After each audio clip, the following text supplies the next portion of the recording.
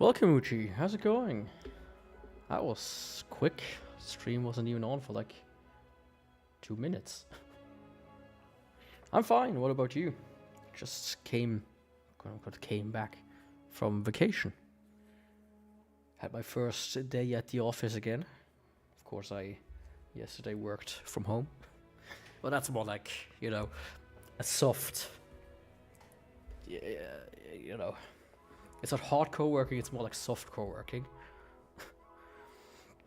Where you don't really work too much because you're at home. Taking care of the cats. Taking care of other business. I was just at home. I've actually been gonna talk about that today a little bit. Usually I don't like going somewhere, you know. It's a bit of a... It's not my thing. I like being at home, using my vacation to just kind of get some stuff done that I want to get done, you know. When I have a project I want to work on, I do that. If I want to finish a game, I do that. When I have like family asking me, do you want to come visit and eat dinner with us? I'm like, yeah, next week, I'm free anyway, so hey, here I am. That's usually how I do vacation, you know. I don't go to places, especially in the current climate. It's not fun anyways. Oh, what the fuck? It immediately goes to the right of the Valkyrie. I just put on some classical music. And yeah, that's apparently a good order, I think. You only played League of Legends. I never got into that game. I played it like once. And I felt like, yeah, you know. It's alright, it's a MOBA. Not the biggest fan of MOBAs. I did play Dota 2 for a while though. It's basically just League of Legends for tryhards, I would say. Did you have a good time playing League?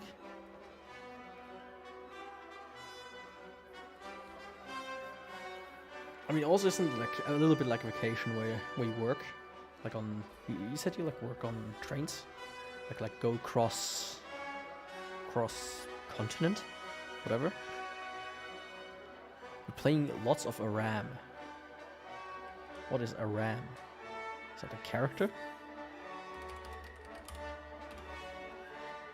Only Germany. Okay, cross country then.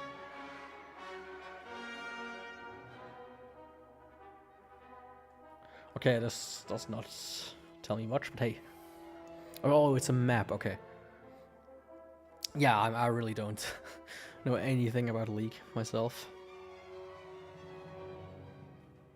The only thing I know these days is that it's like owned by, to a large part, by Tencent.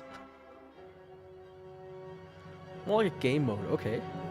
I mean, I remember when like Battle Chess, whatever this was, like was really popular. Everybody like made their own version. I think League also had one, or League was the one where it originally started in. That's the only thing I remember from recent times about League. And like the TV shows they did, which always seems kind of weird. Yeah, it's like Battle Chess.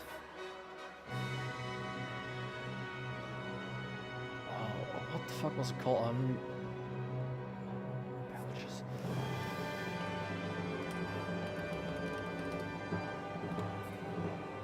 Wasn't there like some auto chess? Right, not battle chess. It was auto chess. I guess it's just some gameplay.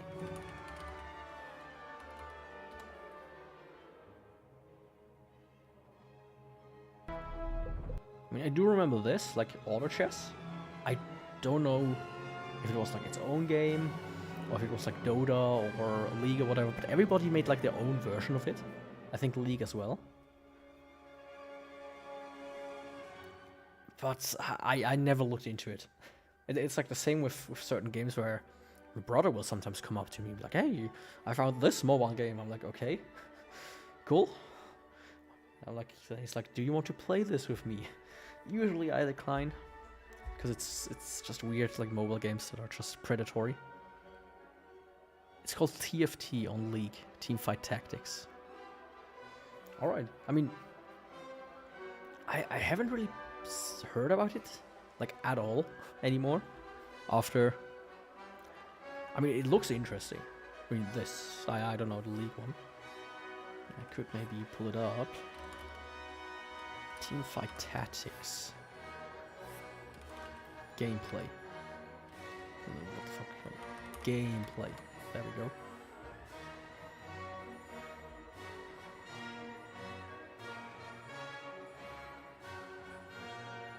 I mean, yeah, I think as a game mode, it looks alright, especially if it's free. I probably wouldn't pay for a game that looks like this. So... But yeah, I never tried it. I probably never will. Especially soonish. Because there's actually something coming up that's taking my attention away far more than anything else right now. So anyways, you have to know a tiny bit about the League and how to play the type of game. Yeah, I think that makes sense. I mean, I know like the basic MOBA concept. As I said, I played Dota 2 for a bit. Not too much, but enough to be screamed at by, screamed at, in the chat, screamed at by, you know, Russians. Or Serbians or Ukrainians. That's usually the, where you get, what you get there. It's always fun. But yeah, it's not my type of game. Man, look at this guy. Yeah, he's smiling. He wants me to play it, but I'm not gonna. Maybe this guy's like the CEO of Riot, but who cares? But yeah. The only thing these days I really know about League is... I know there's a character, Jinx. And that's like a character that everybody knows. And there was a TV series. That's like... all that really... And I know KDA, that's like also something that really escaped the larger scene. But other than that, I think it's relatively like self-contained. Yeah, isn't this like the series they made with about Jinx? I think. Like it's alright. You hear about League of Legends every so every so often, but it's thankfully Arcane. Yes, that's what it's called. And it had like, wasn't it? What were they called? Imagine Dragons made like a song about it or something. Which they were like the biggest meme at the time, so yeah, that's always cool. Oh, the Misery. No, I did not watch it. You know, it's like... what's like a good comparison for that? Oh, it's a good comparison. It's like if you never played Nier. Nah, that's not a good one. Because let me think for a second. What could be a good example? Yeah, I remember that song was playing everywhere.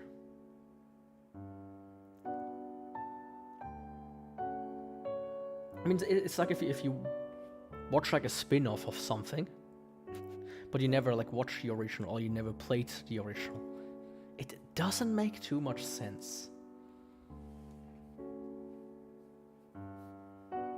So it never really interested me too much to, you know, watch a series about a game or like based on a game that I've never played anyways. But I might consider it, you know, at some point. At some point, maybe.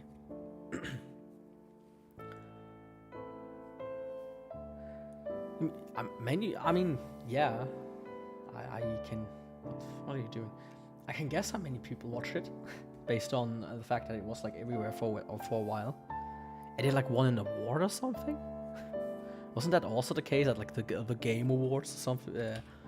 Game Awards. Arcane.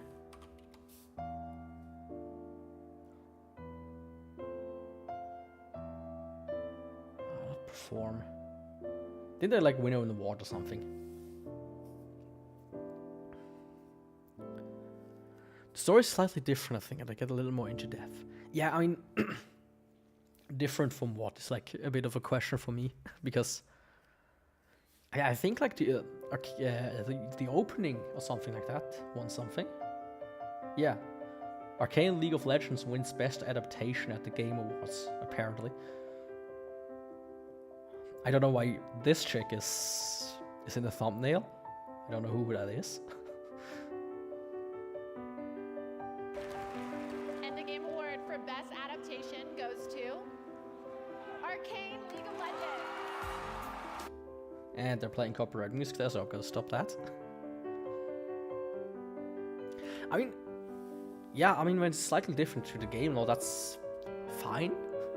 But I also don't know the game lore, so for me, it's just gonna be new. If there's like something, it's like, oh yeah, it's a bit. I'm gonna talk about this later a little bit here, actually. I want to get into this soon enough. Where if it's like complementary, then it's I think a bad idea to watch it, especially if I'm not caught up on anything else. But if it's like completely standalone,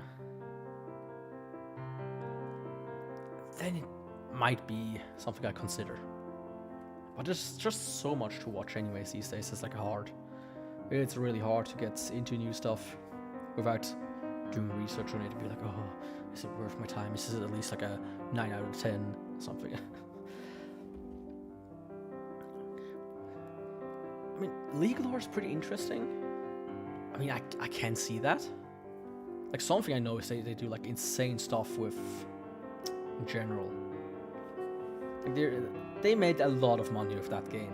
A lot of money, and still make a lot of money. So they make some cool stuff like KDA. I know this was like a thing they did, 613 million views. And they made like a few other animations and stuff all the time. So I can see that.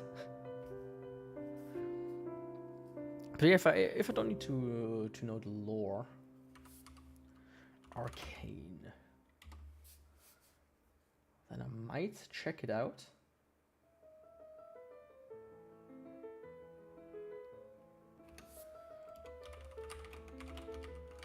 Let me quickly just pull it up on a separate tab so that I have it open. Remember. By Netflix. Ooh.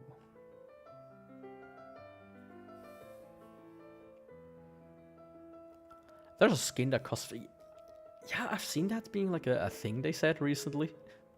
That was a bit of a drama. But I'm not gonna lie. I don't care. Right? If somebody's willing to buy that. Like, if you can outright buy it, then I don't give a shit, right? If you can just buy a skin, just pump the game full of them. I don't care. If it's like in a loot box and you can only get it in a loot box, and it's like a 0.5% chance that you get it, then it's a problem for me. But I mean, if somebody wants to buy a skin for $500, let them. It's their money. They also have like the same with like all of these like gacha games. It's like, oh yeah, spin the wheel to get a PNG of your waifu. It only costs you like $80 to get like 10 spins. The funniest I made it the name of a pro player named Faker. I mean, that is kind of funny, not gonna lie. On did you? There's this like new thing, yeah, new thing, Neuralink, and the guy was like playing, I think CS:GO, and they basically like there's two guys so far who have it, and they stated, yeah, it's like aimbot, because it just aims where you look at, or where you think you are supposed to look at. So it's absolutely hilarious, and I would be surprised if they... I would be surprised if they wouldn't try to recruit that guy into like a pro gaming team. But hey. They probably would also forbid it. The funny thing is that... You pay for Genshin. like once, or like $10-20 every month. Or full on whale mode where you go like $500 every month. Let's get him. Yeah, what the fuck is that, dude? Okay, have something less with grandeur, you know. Maybe some Chopin, dude. You used to pay a lot. I mean, that's good. I mean, if you still play it, then that's that. But you might also can try to sell your account. I've seen plenty of people do that to recoup some of the losses. But I'm personally one of these people who, there were games that I considered it. I was like, yeah, maybe, you know, $5 maybe, $2, maybe $10 even, you know. I played this game plenty. Like, one of them was Azure Lane. Because I played it when it was only out in China or something like that. I was like a very early adopter of that game. But I also dropped it since. It's been too long. I haven't played it for like 2 years or something. That's one of the few games where I considered, you know, maybe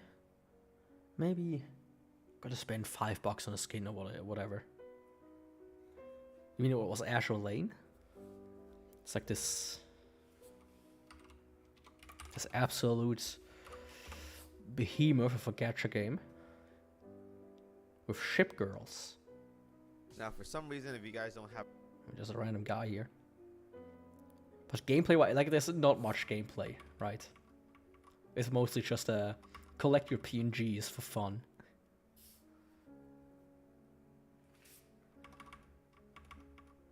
And of course, I have like a lot of extra ways to upgrade your PNGs, like special backgrounds.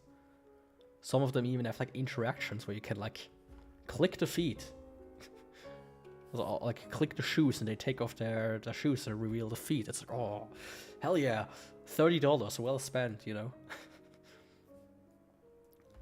But yeah, honestly, not my type of game. But what is my type of game is what I played actually last week. One of them was this game. I had this in my library. That's how they make good. I mean, yeah, Genshin makes a lot of money. Azure Lane makes a lot of money. All of these games make a lot of money, right? Which is kind of sad because there are also more normal games, quote unquote normal, like this one. That I think this one failed even. I think they did not make the money back on it or something. Or they barely broke even, something like that. You know, gacha games. If the people who play them, you know, play them. But it kind of sucks that's where the money goes, you know. I'd rather somebody would whale for an entire series of like very niche games instead of paying like $500 a month for PNGs. I think that was the insane one is Diablo Immortal. I think there's a clan where some of the members spent like $50K since release.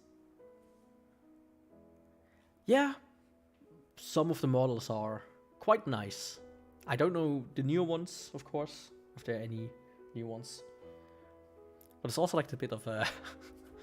The interesting part is a bit that they use real ships as like the basis.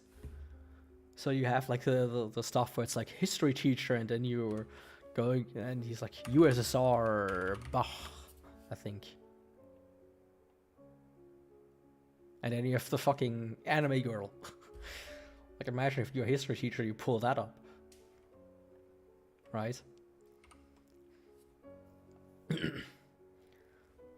Just saying, is 100% the situation that happened. Not just for this game. There's also like, I think Nike, it's called. Nike, Goddess of Victory. And I think they use real guns as the basis for the girls. I'm sure there's one for planes. I'm sure there's one for trains. I mean, there's one for horses. Where the people who own the horses, the real horses, were literally like, hey, we gave you permission to use our horse's name, but what is this shit? Why is there adult material on the internet of our horses? This is like my child. And there's full-on frontal, you know? It's kind of funny because people who are into racing horses, very peculiar people. It's like a special kind of autism. You have like, it's like similar to people that are into trains. Yeah. I'm not gonna subject myself to eine kleine Nachtmusik. Oh, that's fine. Can you not try to shove yourself into the microphone? Thanks. There's also one for tanks. Is there? Or do you mean girls in Panzer? Or is it like anthropomorphed tanks? Tank gacha game. Oops. Or is it? Ah, Girls and Panzer. Okay, yeah. Girls and Panzer is kind of fun, though. I remember watching the anime back in the day. Where was it? Girls and Panzer. I have to be careful. I have the save search on moderate, so let's turn it on strict, please. Just in case. I mean, there's like 2 scenes in the first season, or like in the anime show. Later on, they had movies that are very recognizable. One is drifting with the Panzer. I think there's a game, maybe. I'm not sure. I know there's a game, actually. A 3D one. But I don't know if there's a gacha game. Maybe there is. Because why wouldn't there be? Yeah, I remember seeing this, like, trailers for that. And thinking about buying it, but I was like, it's probably gonna be kind of meh. Let's be honest. But yeah, one scene that I remember is, of course, the Panzer drifting, and the other one is where they sing Katyusha. That's like something that escaped the normie sphere as well. So that's very, very interesting. That's like very early. That was like before like Attack on Titan, right? This was like anime leaving the normie sphere, leaving like the niche and like reaching into the normie sphere. It's like, what? Some random dude I know for a fact hates anime comes up to me and tells me, "Have you seen this?" And it's fucking Girls and Panzer. That was interesting. That was certainly not something I ever expected. Back when I was like 14, 13, something like that. It's like, huh. Cool. Interesting. Of course, I've already watched it by that time, so because it was a big meme as well, I think.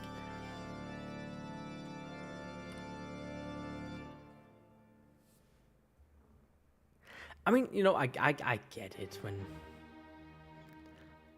there are certain tropes, right? Where I'm like, yeah, I see how people cannot like that and develop a certain kind of hatred for it. There have been shows where I was like, was this like really necessary right now? You know, I can see that. How certain tropes can piss people off.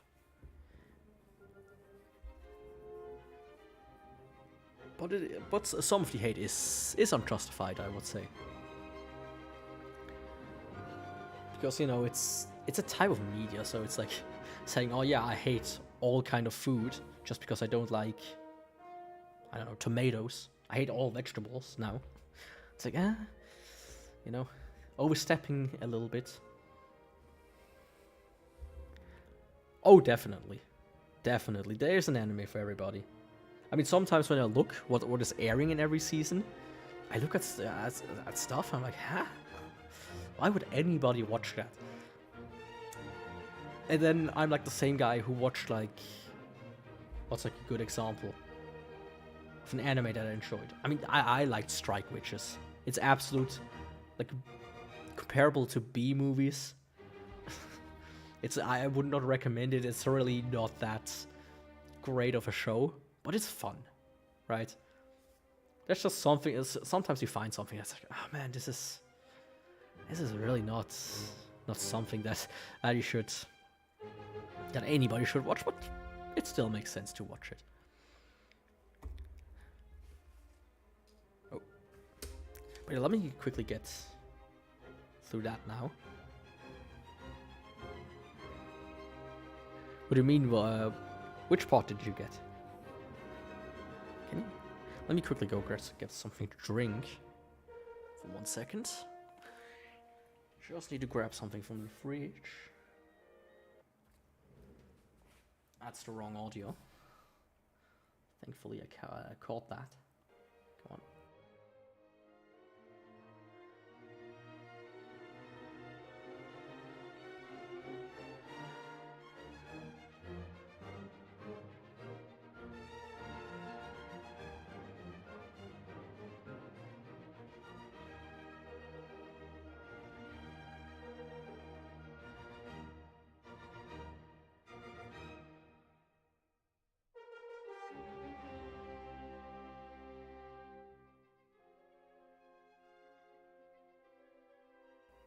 Oh, that's what you mean.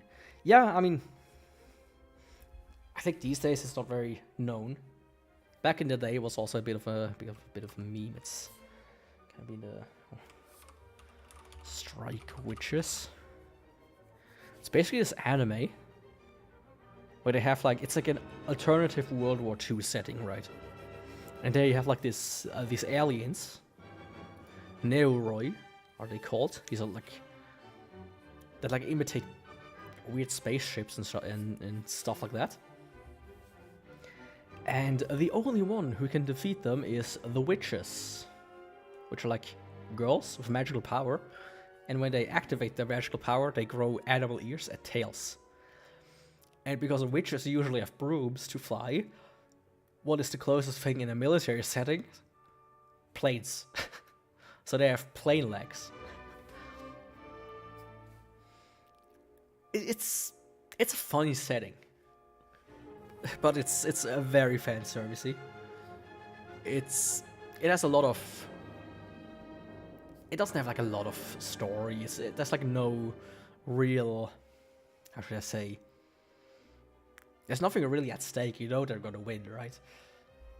But I have to say the most recent season really good compared to the earlier ones. Was called Road to Berlin. They had like a huge fight at the end, which was pretty nicely insinuated, you know. And of course, they don't use the real names. So, as an example, Switzerland is Helvetia, which, you know, makes sense in a way, but still, it's like.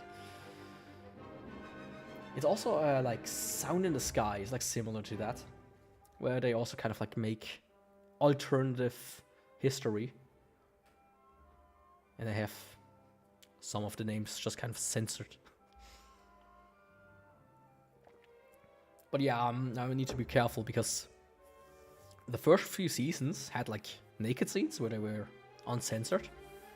So before I scroll down or something, even if I'm on strict, I'm gonna tap away from that. Mr. Villain's Day Off. I mean, that's one I haven't heard of. I mean, it is like a guilty pleasure. Yeah, I never seen that one. I mean, the guy kind of reminds me of this. Has like a similar look. Forgot what his name is. But he's like the bastard son of Satan. It's really monotone. Yeah, I mean, that can be nice as well, you know. One of my favorite animes is Aria, if you know that one. It's like extremely serene. there's nothing really happening, but it's some of the best shit to watch, especially like on a cold winter. You like want to watch your winter episodes. On like a hot summer day, you want to watch the summer episodes. It's really good. I can highly recommend it. If you ever want to just watch the chillest anime there is, this is basically it. This is absolutely fantastic. Aria. Can't recommend it highly enough, really. It's like about this, I think it was Mars. They like flooded Mars with water, or like they found more water on Mars, and then like the planet got flooded. And now you have like these girls that are like all parts of different like gondola companies, and they just kind of like go through life, you know, having fun in Neo Venezia. Where they were like, oh yeah, you know, back home everything is kind of modernized, taken to shit. Let's just rebuild cool parts from Earth on Mars, now that it's just water. So yeah, I like that time. I do like slice of life, right? I think it's nice. It's fun when you just like, you don't always need battle and drama and right? When I'm at work and somebody screams at me, I don't want to go home and then be like, oh yeah, let's watch somebody cry because everybody died, right? Like I do enjoy some series where it's more like gory and stuff, of course, or where there's more at stake, where you sit there at the end, you're like, no, why is everybody dead? I mean, spoiler, if I remember what was it? Where everybody fucking died. Oh, what anime was that? It was quite recent as well.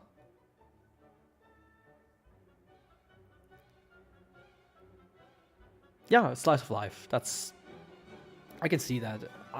Will I watch it? Maybe, maybe not. Usually I... Okay, stop fighting. No, not Attack on Titan. Ah, fuck. Let me... Make good music to concentrate and figure stuff out.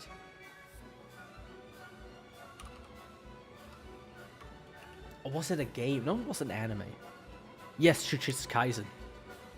That's it. My cats are fighting. Can you stop?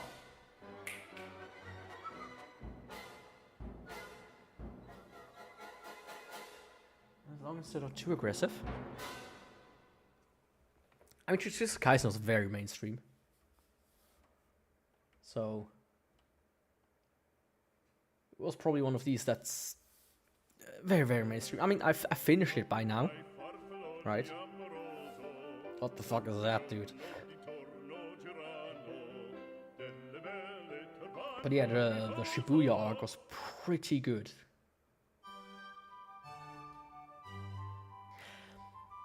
I mean, Demon Slayer is also extremely popular, especially outside of the anime sphere. I also finished that one, both the manga.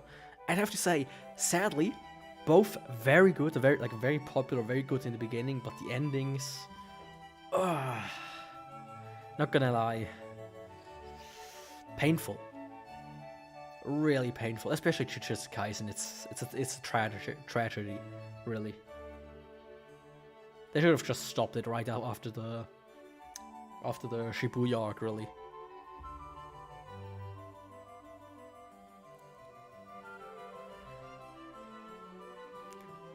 Yeah, I mean, you know, it's like the current in thing a little bit.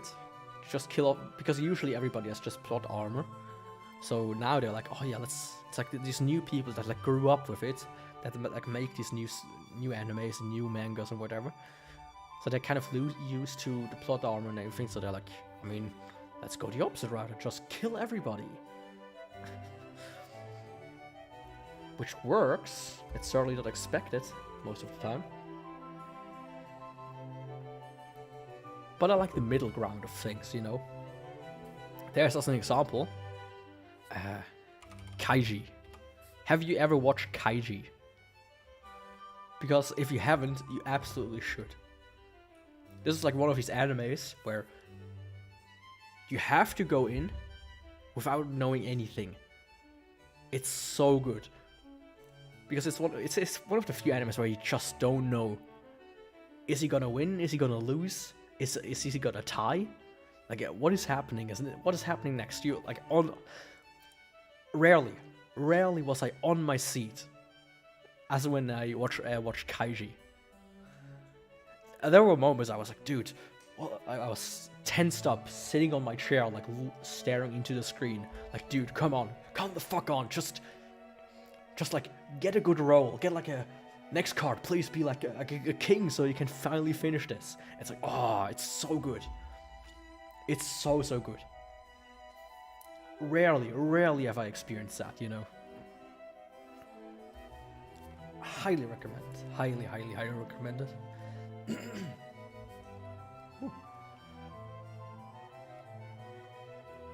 Sadly, it's one of these shows that never got adapted any further.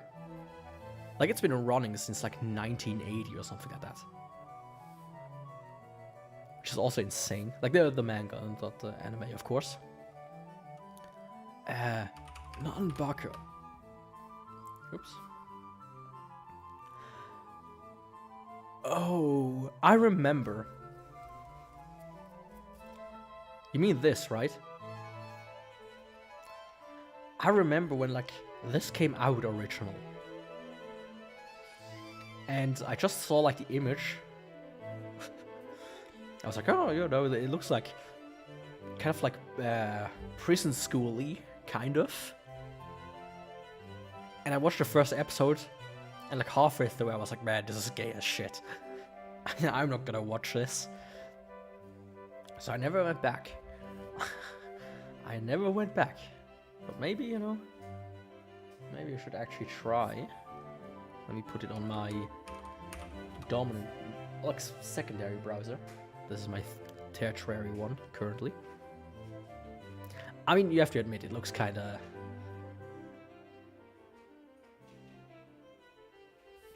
you know, come on. It has very homosexual energy. Let's be real here.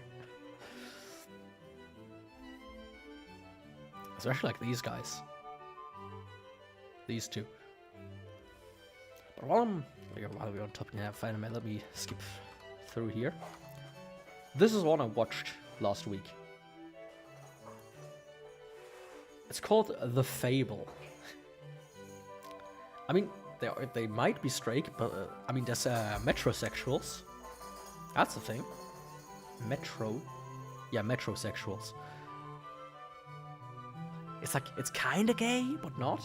Like, you look gay, but you're not gay. It's a weird subculture. There's like a whole South Park episode about it. And if South Park makes an episode about something, you know it's a thing, you know. You don't know what metrosexual is? Yeah, I've got 2 pets now. Cats. Since July 23? Yeah, July. That's when they arrived at my home. I can show you a picture in a second. Just need to check one out that is not doxy, I should say.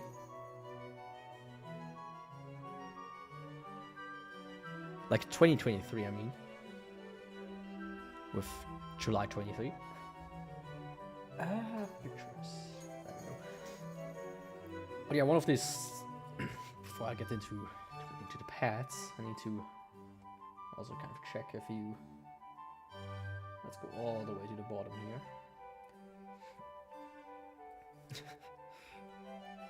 The Fable is one I watched. It was kind of fun as an anime, and I think they did really well with adapting it. I haven't read it, right? So I only saw some panels. As an example, you see, this is how it looks in the show, and this is how it looks in the manga. And I think they got the atmosphere down. Hello, you want to say hi? You don't? Not even a little purr?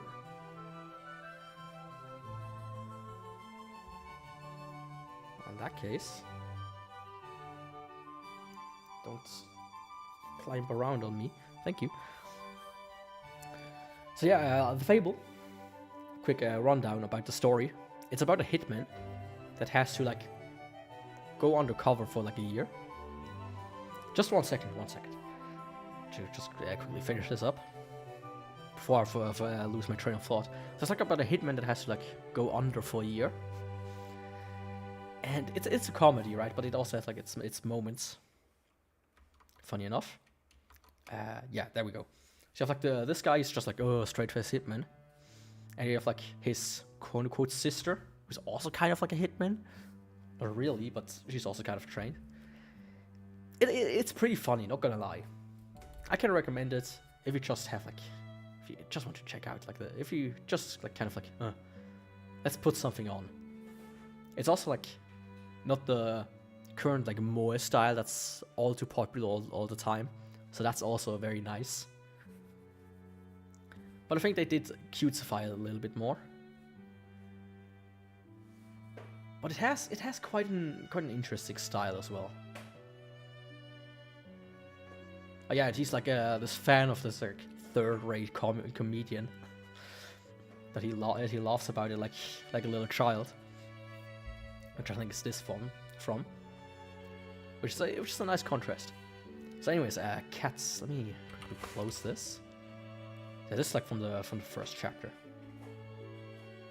I mean, if you wouldn't tell me what this is about, I would think this is like about a serial killer or something.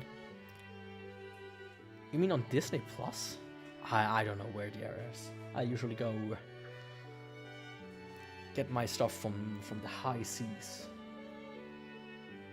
Me, the fable. Does this still 504?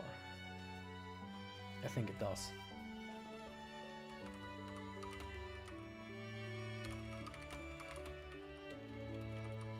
I mean, I guess it's probably Crunchyroll. Hulu? It's on Hulu? Okay.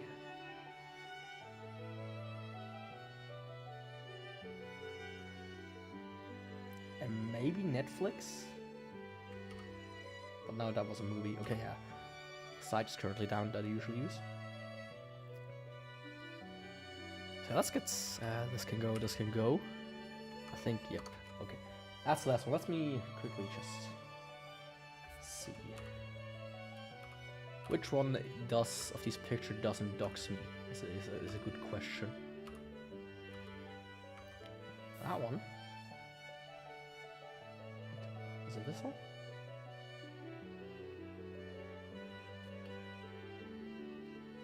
No, that's not a good one. That's a good one. That's a good one, yeah. So, are you ready? I have 2 cats. That's also a good one. And they look like this.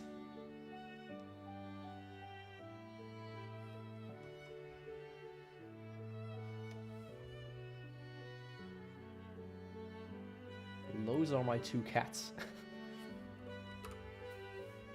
It's a boy and a girl. The left one here is a boy, and the right one is a girl. And funny enough, she's fat, and he's a bit too thin. So it's like a very funny contrast. I think this one as well. They're just sleeping together. What's this? I think I can show this one. Yeah, I can. Ah, that's a bit too blurry. They like to move, so half the photos I have of them are just blurry. There we go. What, you hate naked cats? They're the sweetest. They're almost like dogs, right? They just like walk around you. Yeah, I got them as babies. Or like, you know, as close to babies as you can get them, you know. You cannot adopt a cat right out of the womb. You need to wait like, I think 14 weeks.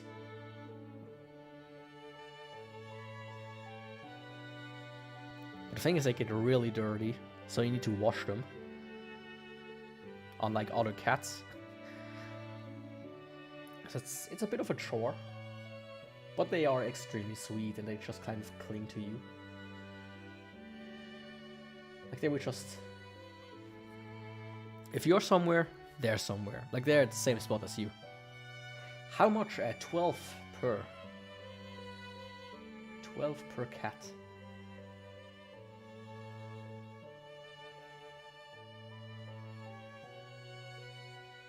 He has like freckles here for whatever reason. Yeah, it's like almost like it's not oily in the traditional sense, you know. 1200. 1200. So I paid, and after like a vet and everything, I paid like 2.5 grand for both. Or like together, you know, in total. They are expensive, but they can get much more expensive if they have certain desired features. So it's like, yeah. Thankfully, I'm not in it for like the contest, you know. But I don't get like oily in the sense that it's like glibbery, you know. Like if you would wash your hands with like butter, they're more like they have like this like film on them. And when you, after you pet them, if they're kind of dirty, and you kind of like rub your finger, it's like almost when you have like wet hands. It's like the same thing. You get like these rolls on your hand. It's like pretty disgusting. Everything kind of turns brown. Like a mouse sometimes is just covered in dirt, and everything that's white is just brown. Like you can wash them, but it's too fast until they're back. Yeah, hair grease. I mean, it is hair grease. It's just it can like not go into the hair, you know, and get like distributed and kind of fall out with the hair. So it's just on the skin.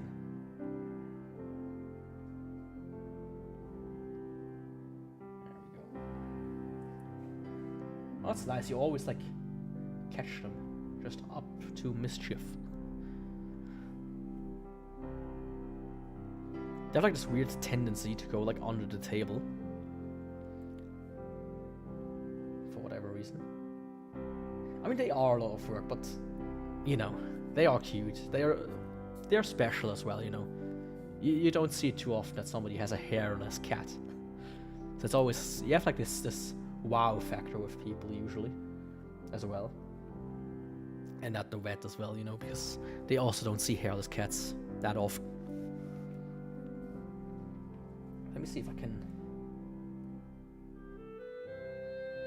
get one of the older pictures.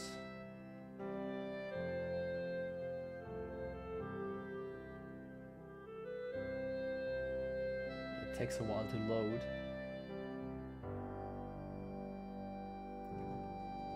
Of course, they're all blurry. And this were when they were younger. You can see how like they're much browner as well at that point.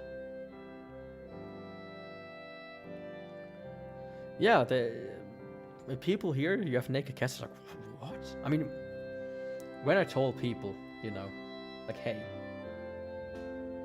I'm gonna get a cat, or 2 to be precise, and I'm gonna get naked ones. Some people, how should I say? Some people had a very interesting reaction. They're like, really? You want those monsters? They look like gremlins.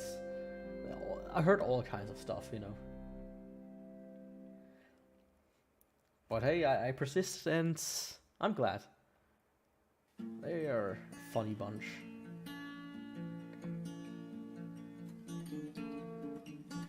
Thankfully, they got rid of some habits.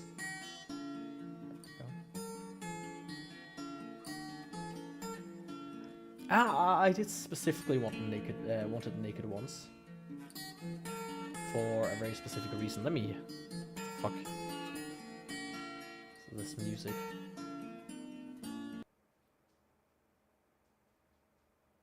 I mean, yeah, that's not better. Yeah, no problem.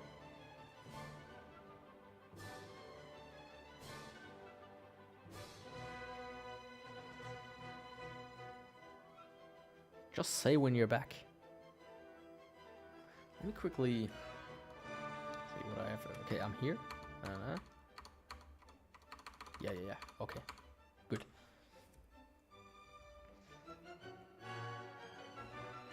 So let me take a sip real quick. I started to get like into Coke without caffeine. It was like a decision. I was like, you know, why not give it a try? And since I'm like, you know, what's the reason for not just buying caffeine-free Coke? It's like, yeah. Why the fuck would I buy anything else if I'm in the mood for it? So that's why usually these days I just get caffeine-free. I mean, not in a restaurant, of course. But sometimes I'm like, oh, you know, I want good stuff. Give me the loaded ones, right? All the sugar, all the caffeine, all the chemicals, all the acids, you know, everything. All the marketing. All the microplastics as well. I prefer glass, but you get the point. I think you get the point. But yeah, let me quickly talk about Killer is Dead. Welcome back. That was quite fast. There's like one last picture I want to show you, and then I kind of want to move on for a second. This is like when they were... This is when I first visited them.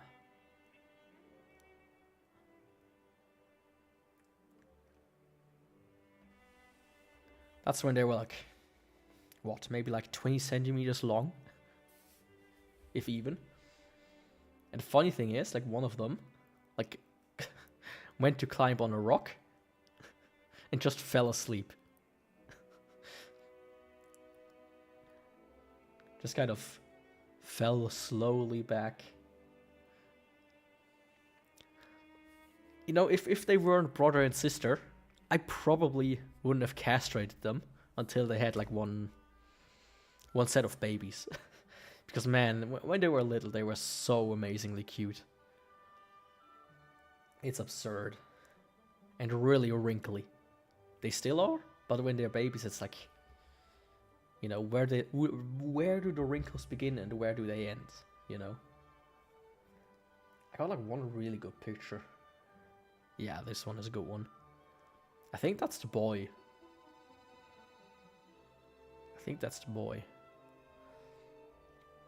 Of course, you can't see all the scratches on them. You can't see that on a normal cat. What do you want? They were also fighting, of course. Because that's what cats do. Like, they had like 4 of them. So there's one, there's one, there's one. Really cute little things. And they do have hair though, you can see it here and on the ears here. It's just very thin, very short, you know. Yeah, but you know, you can't beat a baby animal, regardless of which one. I mean, I guess birds. Birds are kinda, you know, you have to say, okay. Maybe not birds. If you ever seen a baby bird.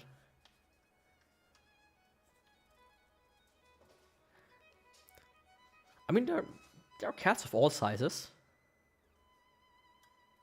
Best viewers? Hell yeah. Let me spend 5 grand on that. And goodbye. Yeah, they really... There are a lot more of these bots these days. I should probably put an auto mod in, or a little script, but hey. I haven't sat down and done that yet.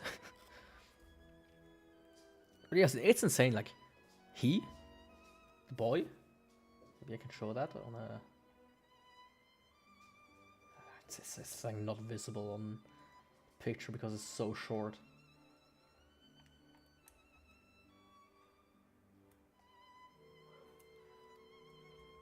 Like the boy, he has almost no hair, and the girl, very hairy in comparison. Like still naked, but she has like a peach fuzz, you know? She's like a peach. And he's more like a... like a cat without hair. Of course they like to make faces from time to time, which can be really funny. Because you can just fuck around with them if you want to. Of course they don't always let you. But all that loose skin, you can just kind of like stretch it and play with it. It felt a little bit like Play-Doh. You shouldn't. But I do sometimes just, whoop, you know, take all that skin and make a tent out of it. I mean, I have a lot of more pictures, but there's like somewhere my face is in, somewhere it's like there's like a clear address on the back side, or like the window that points at the street where I used to live, which is like 100 meters down the road. They certainly are a fidget toy. I mean, one thing that is a bit sad, a bit, you know, disgusting is this. You see this? It's like when they scratch too much, or like when they fight too much, you can like see the scabs that they produce.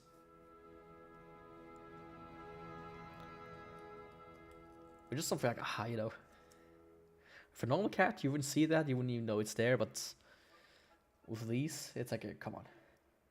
Sadly, you see it. But they usually are gone, you know, quickly enough.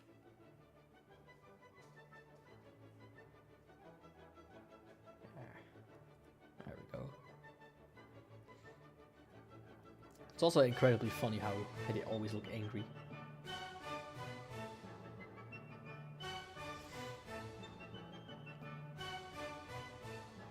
Yeah, that's just my face. Plaster besides the cat.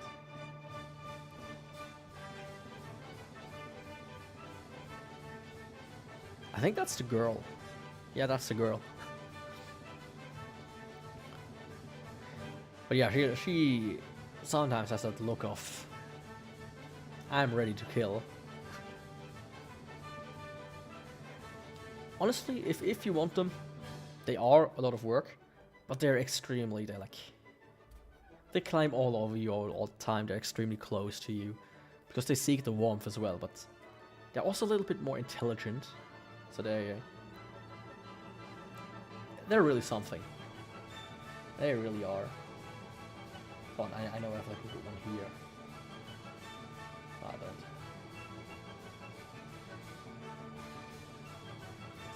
I mean, I'm not gonna show this picture. That's a disgusting one. So everything is just kind of like laying around.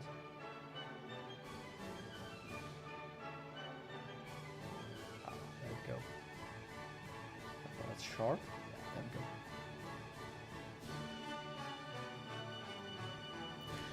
Yeah, I mean, I did get two, because they get lonely when they're alone, and because I'm like off to work for like, you know, a couple of hours a day. These days, thankfully, only 2 days of the week. But if I would have been, you know, 8 hours a day for 5 days a week, I've been like, you know, maybe get like a rat or something. Looks kind of the same as well, especially the tail. Yeah, this is a photo I took when he was like climbing on my chest. It's like, can you stop? Because like he's like on my almost on my throat with his foot, which is kind of uncomfortable. I mean, I have like a picture here, but I can't show that. But it's like he has like this tendency to just like step on my collarbone. I'm not gonna say like you have like this triangle, where it's like your shoulder, your collarbone, and like, you know, your neck. And you have like somebody like put their finger at the base in there, that kind of hurts. It's like the same when he does it. It's like, dude, I have to like always grab him and kind of throw him away. Not like literally, but more like, get off of me, goodbye.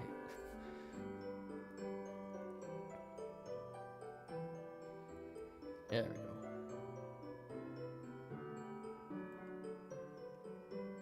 I think that's the last picture I'm gonna show, yeah. Rest is... Funny enough, she is more dominant than him, in a way. She's always like sniffing his butt, and then he gets angry at her, and she's like, no, I want to sniff your butt. Let me sniff your butt, please. Come on. But they do have like quite different personalities.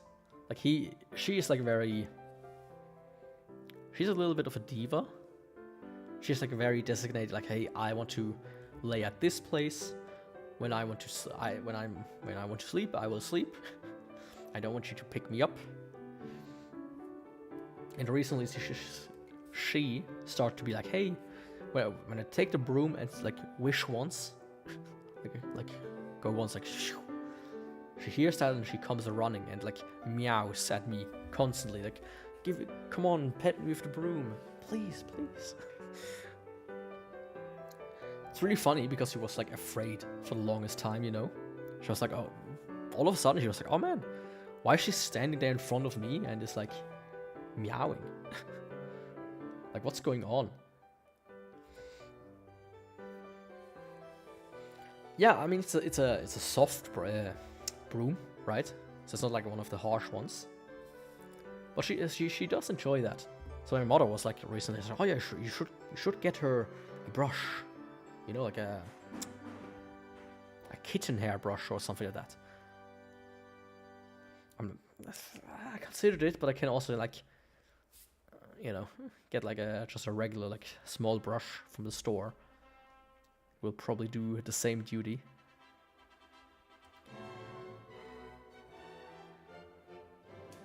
Yeah, that's not the correct thing for a brother and a sister.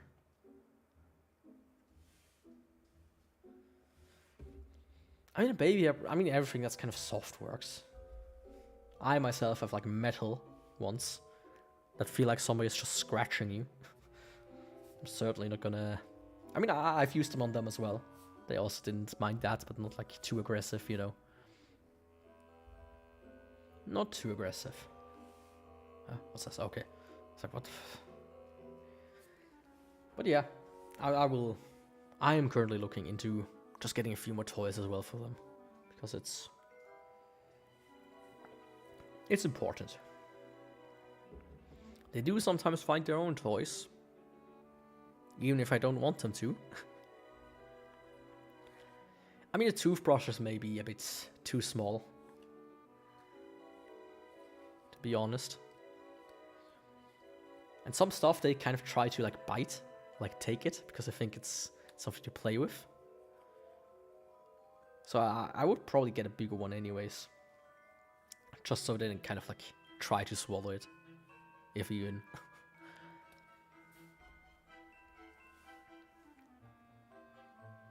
Oh yeah. For a second I was like, what the fuck is this? But it's just like one of these things, kind of ripped out. Funny enough, no, actually. What they do like is like,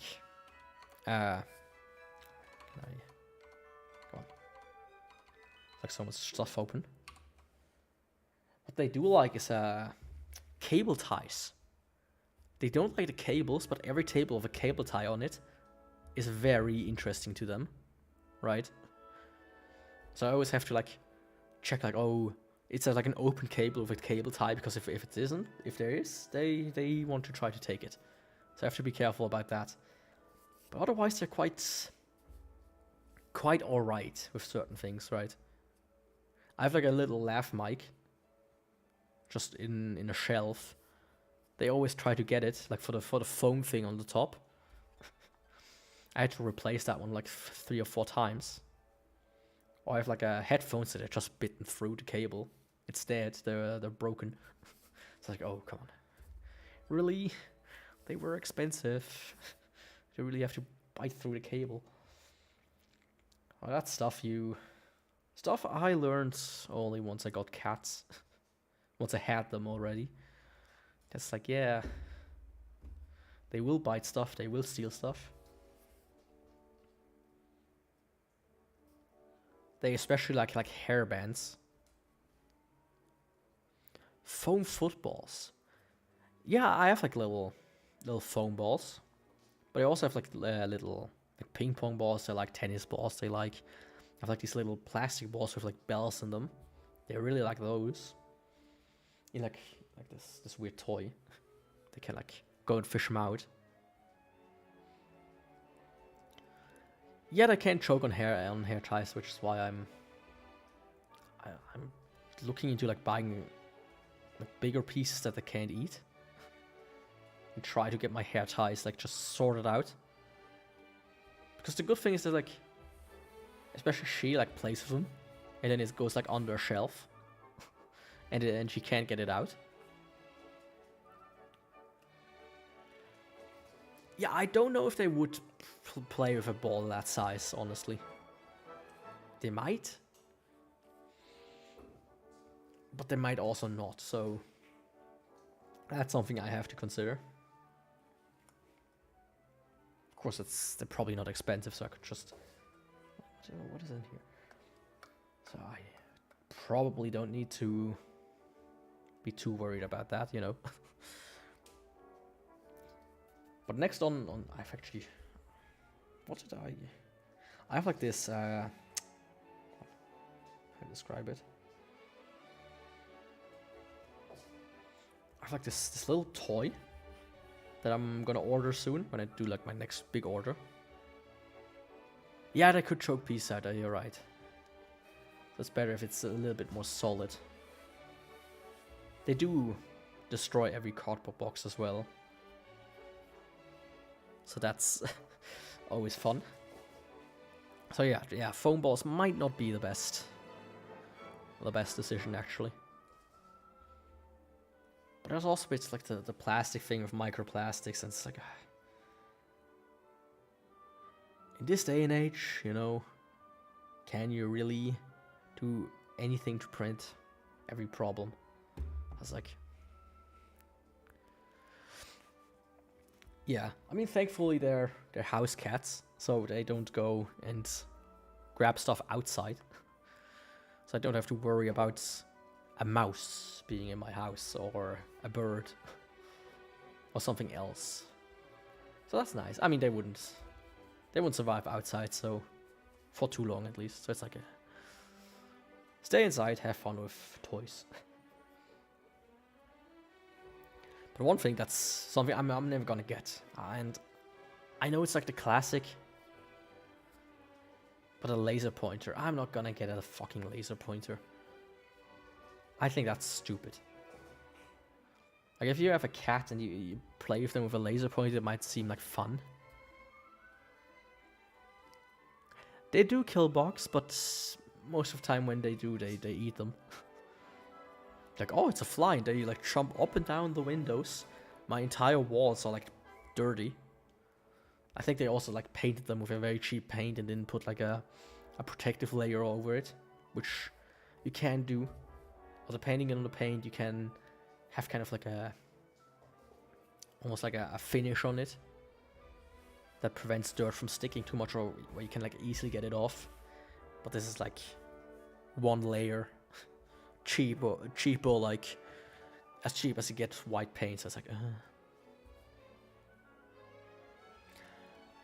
I mean, I don't know, like the big reason why I don't get a laser pointer for them is because of the eyes. Like, they're not predictable enough where you can just say, oh yeah, look at the wall, look at the floor, and then suddenly they turn around and like stare into the laser. And then they're blind. It's like, okay, cool. It's like, I have a knife here, right? A big ass knife. I'm not gonna let them play with the knife when it's open. And I'm not even gonna let them play with it if it's closed. I think it's just, you're inviting hurting your cats by using a laser pointer or a knife or, you know, anything that's kind of dangerous. But especially laser pointer because people usually are not too careful with them because they're not aware, because they think, oh yeah, this is just a tiny puny laser pointer. But it's like, you know, point it at your eyes, look what happens, even if it's a weak one. Yeah, I mean, it probably doesn't happen as much, and I could probably play with them every day and it doesn't happen. But you can say the same about, you know, getting stricken by lightning. It's not a thing of, you know, it's so rare or it's so unlikely. It's more like, hey, it is a very quote-unquote real danger, and I'm the one subjecting them to it, regardless of how likely it is that it's actually dangerous for them. You know, my philosophy usually about that is, you know, you don't need to avoid danger, but you need to respect it to a certain degree. And I, you know, respect lasers enough to know, hey, it doesn't take too much for my cats to just look into them and be blind. Just how I also know, you know, I'm not gonna point a fork at my face while running around, right? It's like the same kind of thought process for me. Or I'm gonna walk around with like an iron rod in a storm, out in a field where there are no trees and nothing. It's like, you can do it, but you can also be smart about things.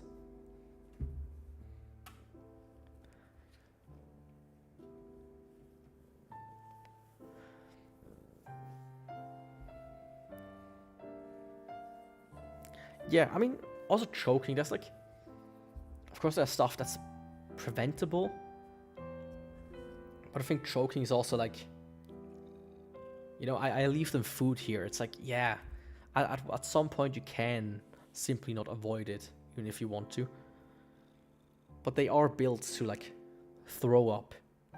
They do that fairly often.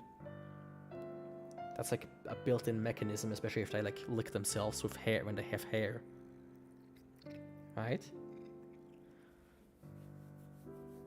So I'm not 100 too worried about that, but something like a laser, that's not natural. That's not something they can't even predict. They don't know what the fuck this is. They think it's like a bug or something. So for them, it's like a bit of an unknown variable. And that's like the thing I'm most worried about, really. It's like, oh yeah, you know, it's a choking danger. It's like, yeah, but they have means to deal with it on their own in the worst case scenario. But they can't just, you know, look away when they see that there's a laser. Yeah, I mean, you know, I just think you're taking care of a pet. You don't need it's like also like taking care of a child. You're not going to be like, oh yeah, go play with a knife, little baby boy. Play with fire. Here's a lighter, and there are the curtains. It's going to be fun, right? You can be responsible without being the nicest person in the world as well.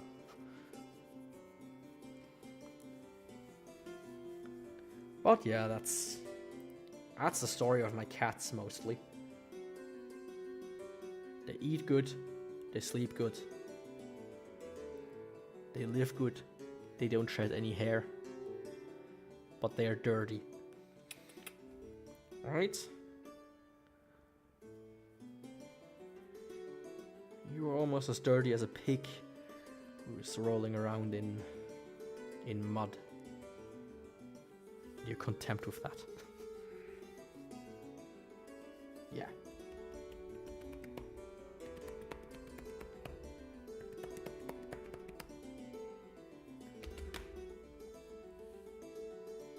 Yeah, I mean,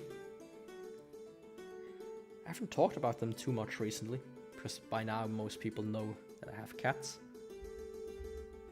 I do talk with my mom sometimes about it though, because she has cats as well, but not hairless ones. I'm the only weirdo in the family that's pulls something like that off. Yeah, you have the dirt. It's like, pick your poison, I guess. I mean, if you take another pet, you have another problem as well. So it's always like, everything has its downsides and its upsides, you know. I think it's not something you need to be too.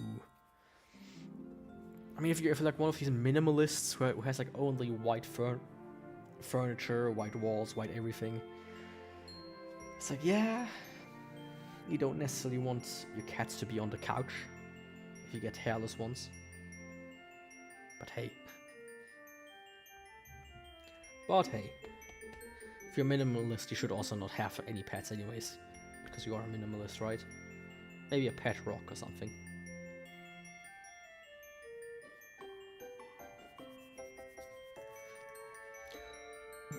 Today, like beginning of last month, while this music is playing, they already started putting out Christmas stuff in the stores. I'm like, do you have to? And today I was in the restaurant for lunch.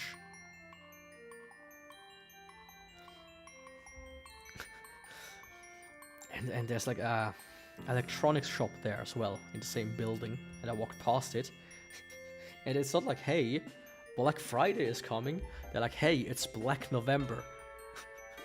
Like, what the fuck, dude? What is Black November supposed to be? Like, last year it's like it's Black Friday week. Like, okay. And then you have like a Cyber Monday, the Monday after, right? So you have like Black Friday week and Cyber Monday week, but now you just have Black Friday, Black November. Yeah, like the thing is, I never, since Black Friday has come here to Switzerland, I've never seen a deal that I was like, oh hell yeah, this makes sense. This is like, oh cool. Like any other day, there's a sale and it's like cheaper. I once bought a monitor, but that was because I needed a monitor, so I just bought a cheap one that was around here anyways. Like I would have bought it regardless of whatever price it was. I mean, it's good, sure, but I also, yeah, most deals are a scam anyways. But if they come and be like, hey, it's Black Friday, we have super deals, I at least want them to have like a super deal for me. Especially on things that I like. Sometimes I see people, I see them go like, oh yeah, we have MacBooks for $200 off. It's like, I mean, $200 off of a machine that costs $300 that's another Tuesday anyways. And I don't care for a MacBook. I currently need a new keyboard, and all of the keyboards are kind of shit that you have deals on. But yeah, some stores these days, or like price comparison tools, have like price trackers. So you can like look, Black Friday, okay, what price is it now? Like $300, whatever it is. Let's say like a super cool gaming mouse. and then you look like the price chart, and it's like literally cheaper, like last Christmas. And last Black Friday was the same price as it is now. When you check like last week, it's like even cheaper last week. It's like, yeah, dude. These sales don't work. These sales don't work. I need to take a very quick break. I'll be back in just 2 seconds. I need to grab something really quick.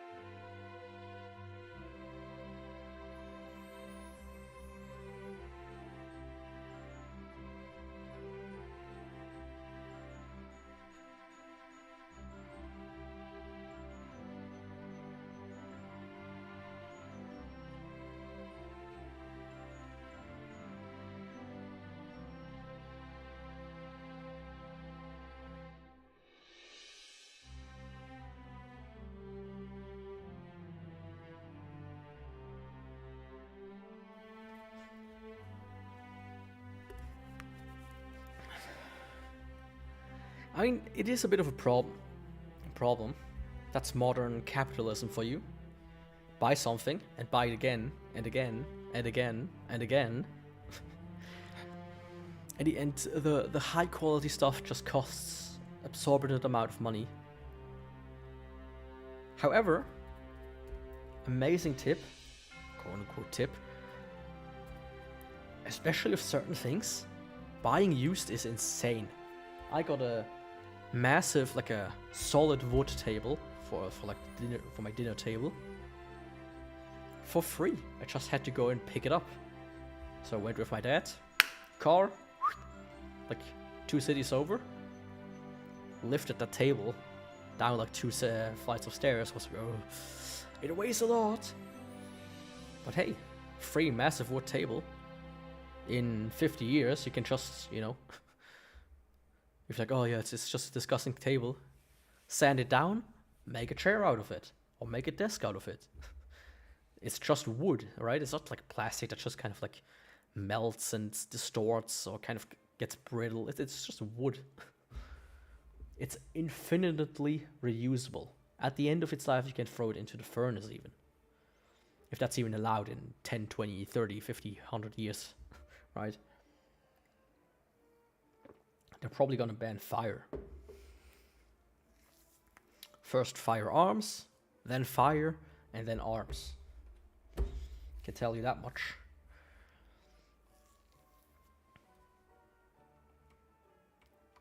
But yeah, while I'm on the topic of fire, I think my classical music is over.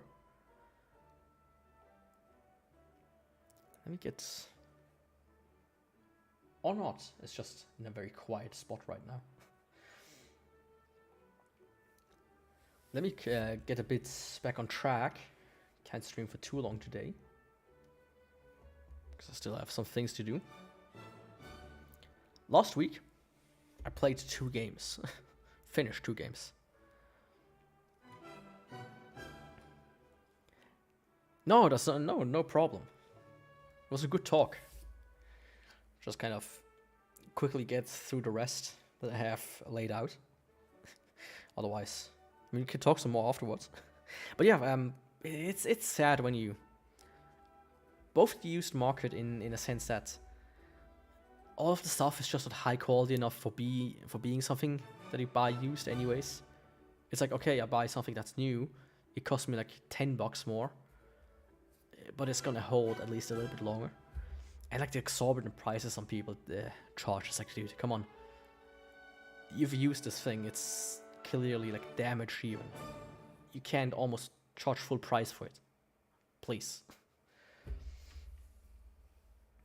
I mean, but you also see that with new games. It's like, oh man, one game, 2 weeks from now, Stalker 2 is coming out.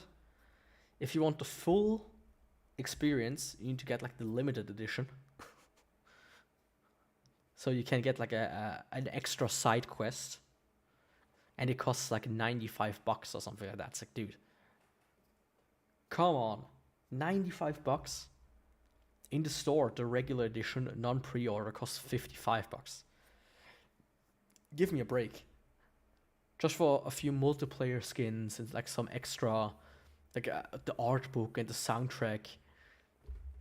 And one side mission, you charge $40 more.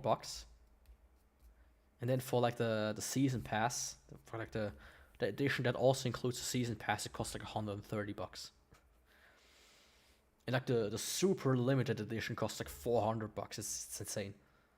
But that's a physical one at least. You get like a lamp and you get a figurine and a backpack, a cool one. I thought about it. But yeah, I don't understand it either. I like highly debated the last few days because Stalker 1, like Shadow of Chernobyl, and Stalker 3, technically 3, Call of Pripyat, some of my favorite games ever. So it's like, you know, Stalker 2 coming out now after years and years and years. Maybe, but nah, come on. I can just buy the stuff afterwards if it's really interesting anyways. I hope you can just like buy the extra mission for like $1 or $2, like maybe a month later, right? If it's that important, but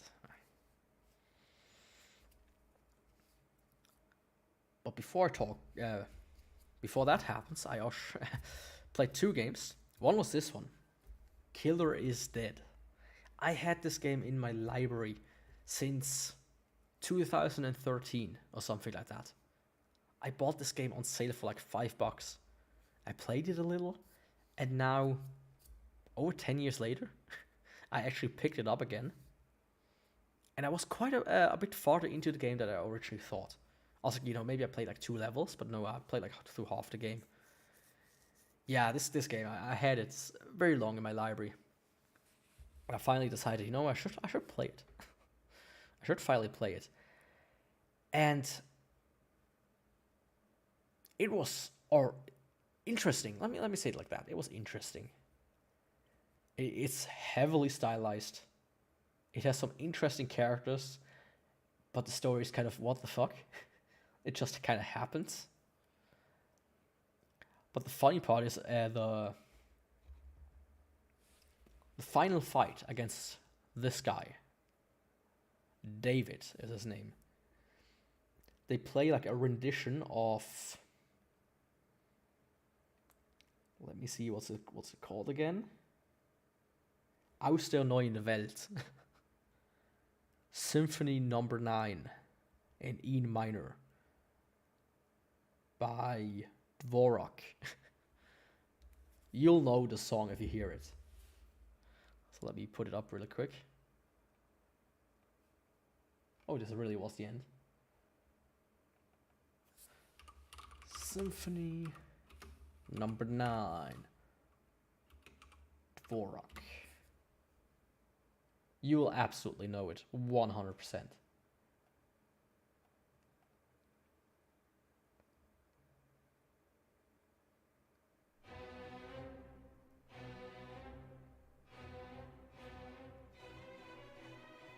I hope it's loud enough.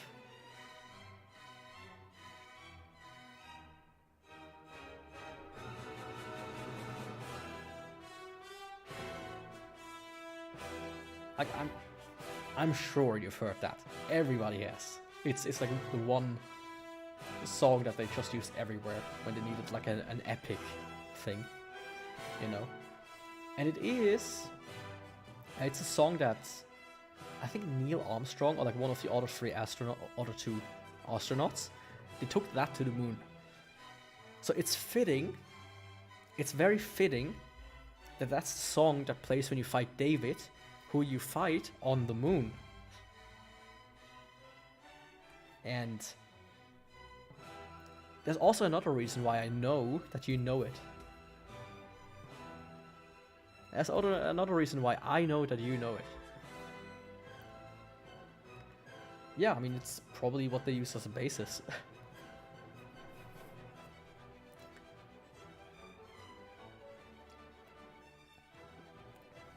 But yeah, the reason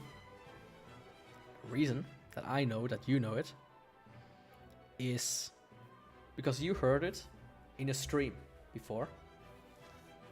I remember you were present during the stream where you heard that one. And that was during, like 2 years ago, when I was playing Asura's Wrath. This game. It is really good. I've been listening to it up and down the last few days. Because in this game, you also fight a guy on the moon. And they also play this music.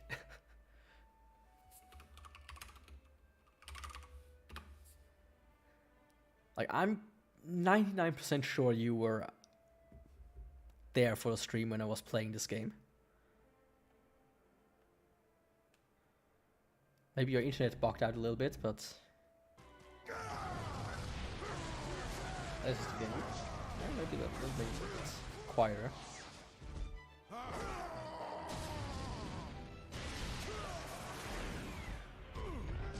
You can hear it slightly in the background, the music. Because the game is more foreground.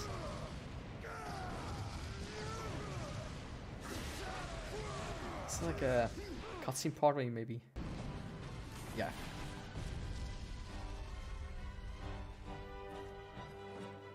I turned the other one off. That's from the game, right? I have had carnal knowledge of the fairest maidens in heaven. Let's see. Here. Here's a good spot.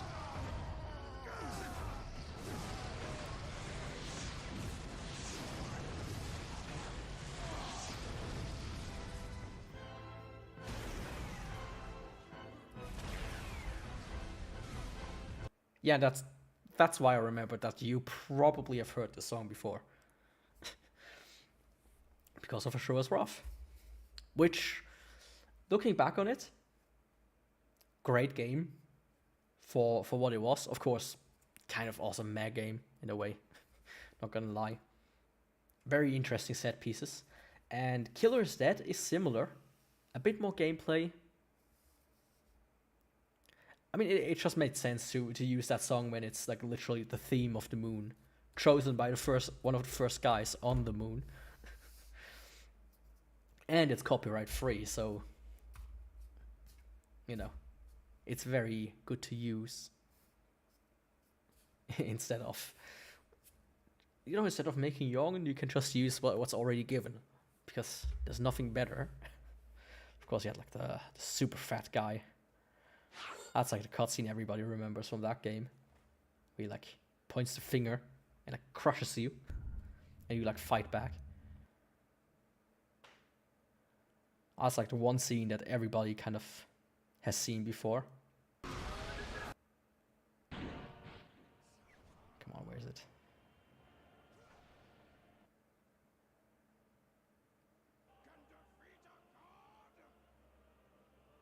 Yeah, here.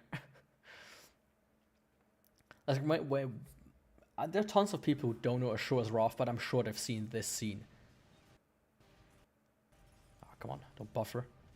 Where he like tries to squish him with the finger, and he like holds him back. It absolutely beans him. I think he just explodes as well. From the finger away. It's like, dude.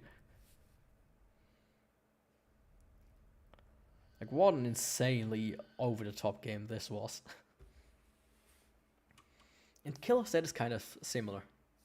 It's like less insane, but still has like a similar vibe of like, what the fuck is going on? Okay, this is happening now. And the other game I played has the exact opposite effect. It's Dragon Star Varnir. It's like one of these two games that were kind of like hyped up for a while. It's like, hey, Compile Hearts, they make no longer just super fan-serving Neptunia games and whatever, but they make like darker games now.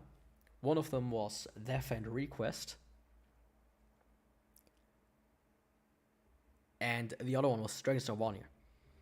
All games have the same vibe and the same art style. Not necessarily. I mean, there's like a lot of old games that I should have done that. A lot of old games that just kind of go, hey, we want to be hyper realistic, so they kind of like just look all the same. But when you see Killer's Dead, it has a very, very specific art style.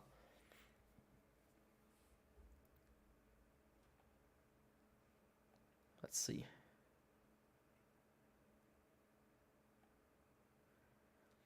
It has like this cartoony, but it has like a lot of dark spots, a lot of shadows. That's a very interesting looking game on that front. You can see like characters are sometimes just almost black. So yeah, that's like the art style of it. And yeah, Dragon Star Varnir is like one of these two games that were like, oh yeah, it's a dark games by Compile Hearts, by Idea Factory, by these manufacturers that like grouped together most of the time. And man, it's I really had to force myself to beat it. I'm getting to that point you just said in a second, actually. Not planned, but it's good that it reminds you of that, actually. So yeah, this game, can't recommend it. It's like the company already doesn't make like the most high quality games, right? They're kind of like a B-movie studio for games. They make schlock games. Just like, oh yeah, I want to play a random JRPG, so I play this. And for that, it's alright, but it had this game in particular had just so many obnoxious mechanics where I was at the end sitting there. I was like, I don't want to deal with that. Let me just quickly grind a little bit with a little trick that is like known in this game, and then just rush through the end. It's like 60% to 70% cutscenes anyways, like visual novel. Not just cutscenes, but actually just visual novel. Like, hey, here you go, read for like an hour, and then play for 10 minutes. I don't know about you, but I'm not the biggest visual novel guy. So yeah. Can't recommend it. It looks very promising. It from like the cutscene, from like the trailers I've seen, I was like, oh man, back in the day when it was like teasered, or when they revealed it, that this is one of the games they bring out, I was like, this looks interesting, right? Maybe like a new direction for them, but then it was like, it's like it's just a B tier game. I was like, if you have time, if you have just want something to do, cool. Otherwise, that's not worth it. Yeah, it really wasn't. Now, going back to what you said, actually, really quick. Let's see. Did he leave the thing in? Like the intro?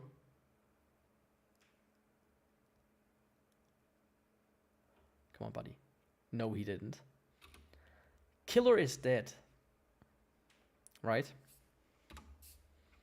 The video game Killer is Dead is by a company called Grasshopper Manufacturer. Yeah, one of these two.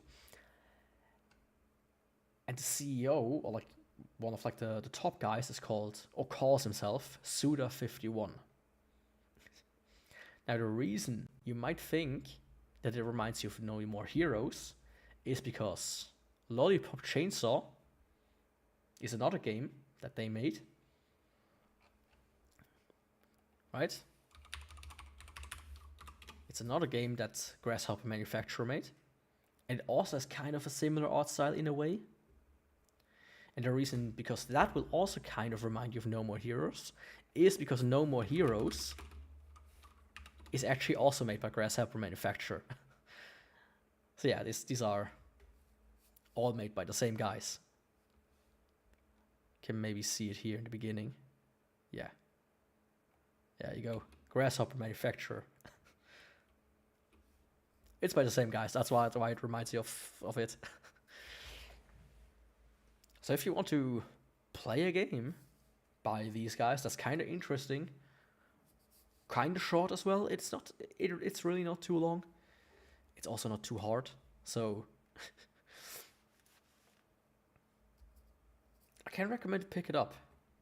I'm not sure if it's on Switch though. It's on PC, PS3, and Xbox 360. But I don't think that... It's like one of these games by the manufacturer that's kind of known, like, hey. But it never got the same love that some of the other titles did. Like Lollipop Chainsaw just got a remaster, or like a remake. Nah, I think a remaster.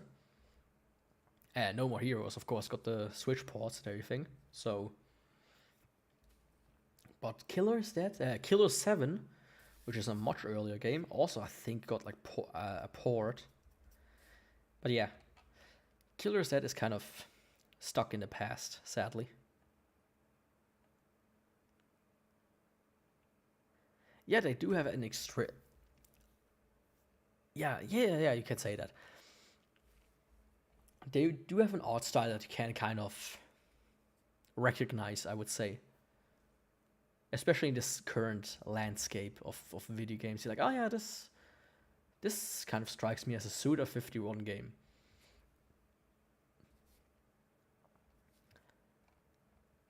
And Suda51 is also kind of a weird guy, let's be honest. I remember watching E3 when that was a thing. And I think during a Sega conference.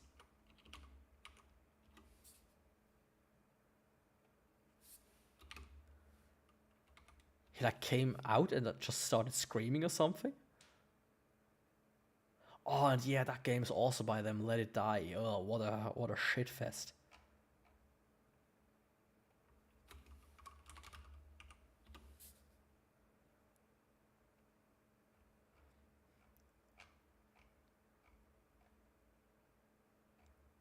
Okay, I can find it. But yeah, he had like a really weird like appearance at E3 once. I remember like, who is this guy? What? You know, later looked like, oh, it's this guy behind No More Heroes and such. It's like, oh, you know, it's fitting that's, you know, when you think like, who made No More Heroes? A game where you have a lightsaber that you need to jerk off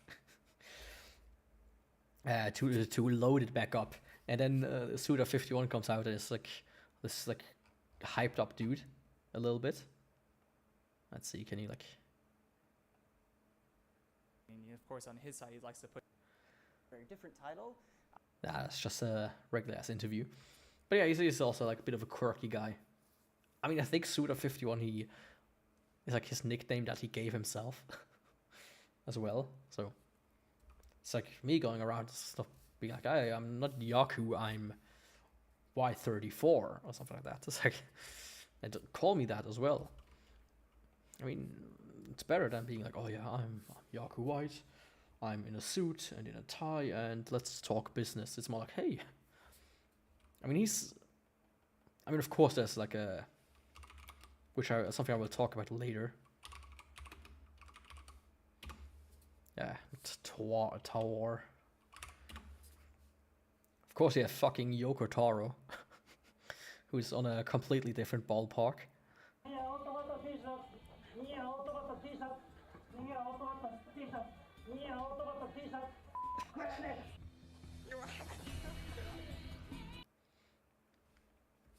I mean, I don't think many can approach this guy's level. And speaking of Yoko Taro, he made a game called Nier Automata. And Nier Automata, where is it? has an anime adaptation.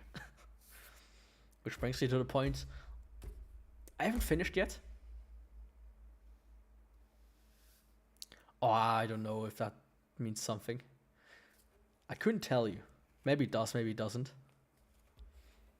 I mean, I know that sudo, S-U-do, means super user do in Linux. That's only what I know. But yeah, Nier Automata as an anime adaptation. I'm not finished yet. I'm finishing it tomorrow, or like maybe today, like 2 episodes, and tomorrow the rest. I'm like halfway done through the second season, actually. This is the first one. This is the second one. And I have to say, I can't recommend it from somebody who played the game and thinks that the game is probably one of the best games out there. An almost must-have game, you know.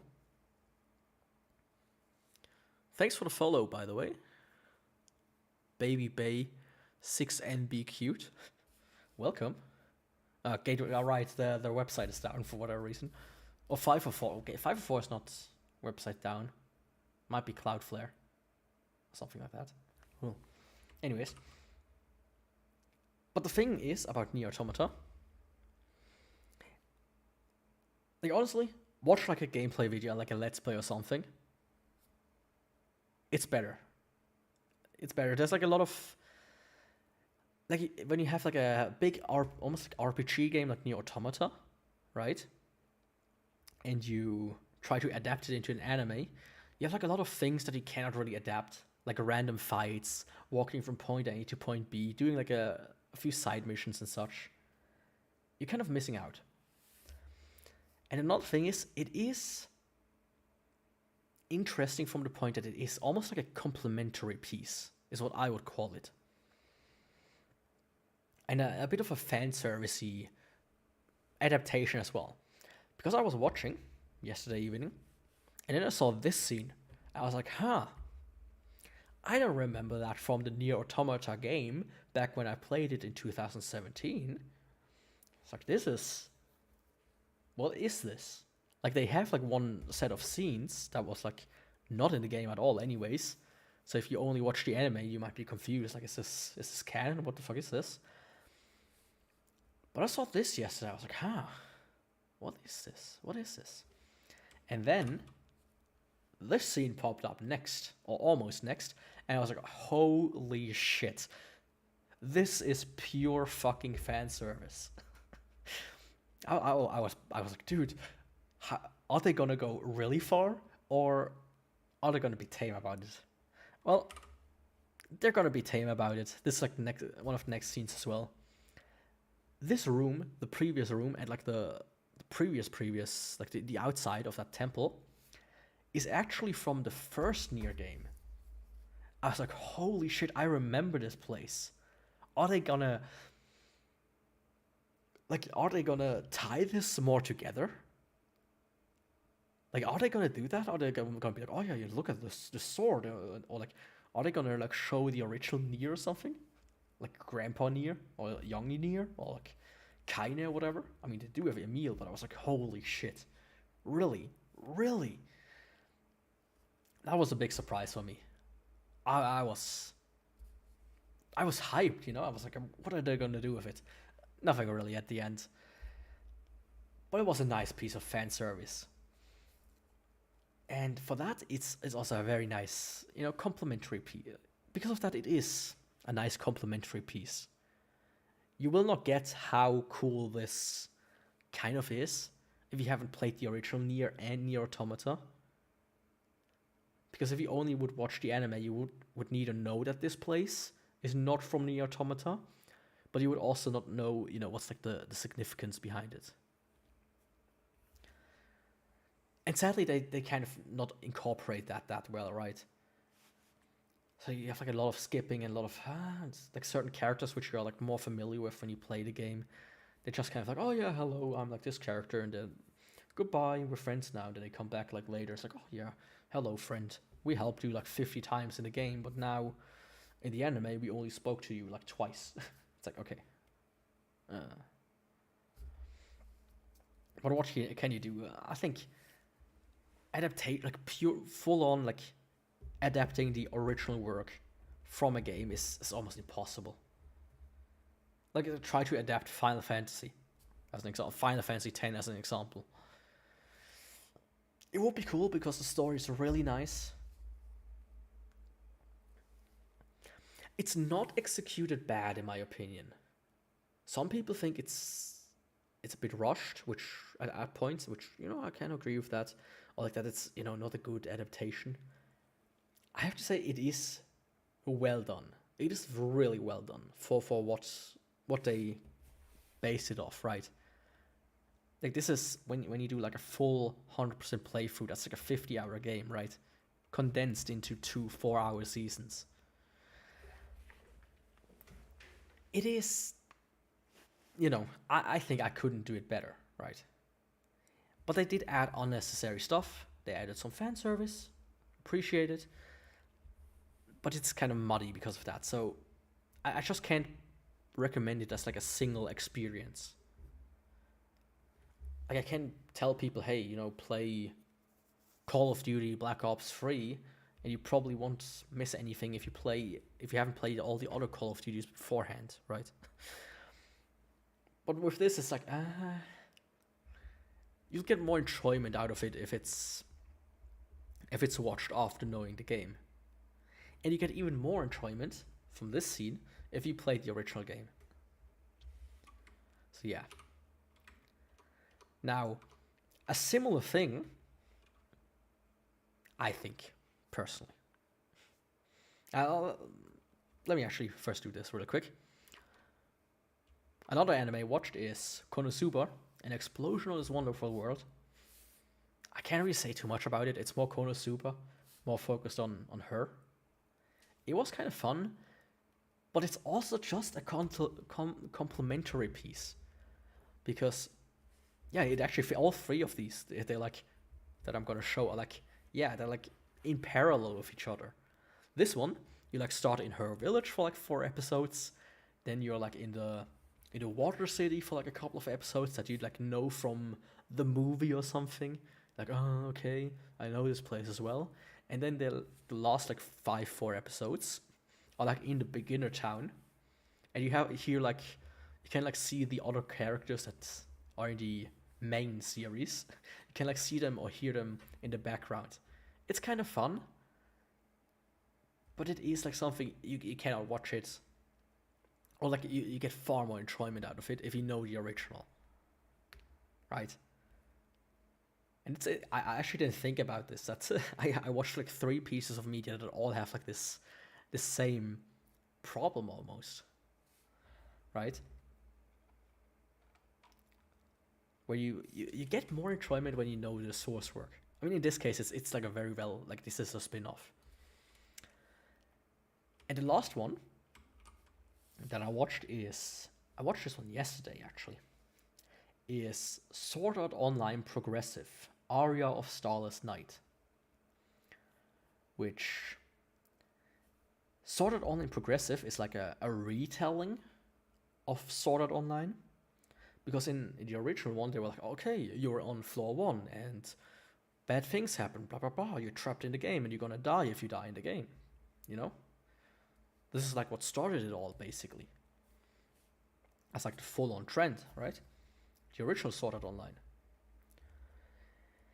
And they were like, okay, now you're on floor 1, and now you're on floor 20. In the next episode,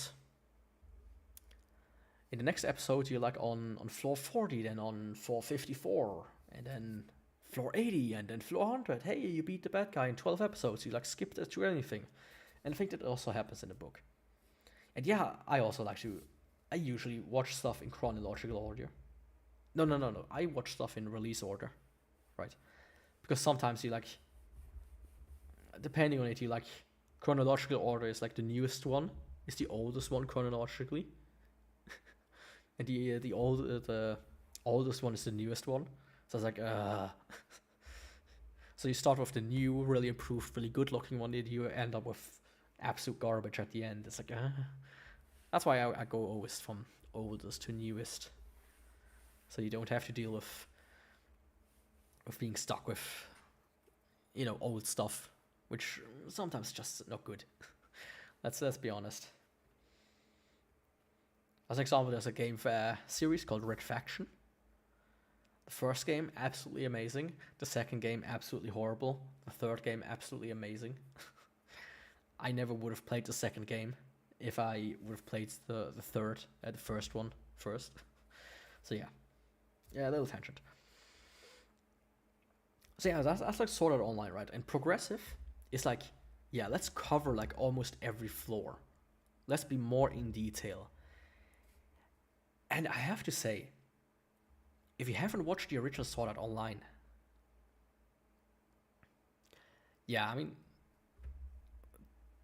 comic books in general, it's like they already have kind of a twisted existence anyways, story-wise, and they have like different timelines these days, and you can watch them however you want. It doesn't make sense anymore. So actually, I personally don't even bother anymore. What was it? Oh yeah. So this, on its own, like it seems like, oh yeah, it's like a retelling. But I have to say once again, it's cooler to watch it when you know the original adaptation. For a simple reason, and that is you have like scenes where you're like, oh, you know, while these two, like Asuna and the one in the middle, who's a movie-only character, while they're doing this stuff, you have like the other guys were like doing this, or like this was happening. It's like, oh, this scene, but from this character perspective. And there's like a cool little scene like in the beginning of Sword Art Online. They're like, guy like reveals to them, oh, you're trapped in here, and if you die in real life, if you die in the game, you die in real life. Ha ha ha ha ha. I'm the bad guy. And then he like gives them an item that like reveals their actual character, their actual self, right? They had like characters first, like in a game, but but then they have like the mirror item that like is given to them, like, hey, pfft, and they turn into their real selves. And there's like this funny scene in the original, which if you've ever played an MMO, there's like two guys, and one was like, hey, you're not a girl, and the other one was like, well, you're not 17. And in the original one, you can like hear them, and you can actually see them, but in this one, you can only hear them. It's so funny, like this is a contrast. And I'm so glad they left it in. I'm so glad they left it in. But you wouldn't know that, right? You wouldn't have known that this was gonna happen. If I would just watch it, I was like, oh yeah, this is funny, ha ha ha. But I knew that it happened. And I knew that it was coming, but I hoped that they were actually including it as well. And it made it so much more enjoyable to watch this moment when it happened. But something that I found weird, really weird when I watched it, is Kirito, when he first appeared, right? When he first appeared, he was like this twink, this scrawny little kid. He looked like almost like 12, which is kind of insane to me, right? And actually it's like, huh? Like he looked, quote unquote, more mature, right? Like I know there's an age difference between the two, but in this scene I was like, man, he looks thin. He looks like he's just gonna snap, right? Which one are you watching, by the way? Because there are multiple ones. That's like the spin-off. So yeah, but one thing that I found really funny, I actually have here the scene open. So let me quickly switch the window. I need to go really quick. Here.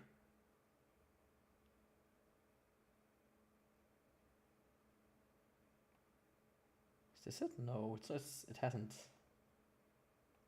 Why is it not updated?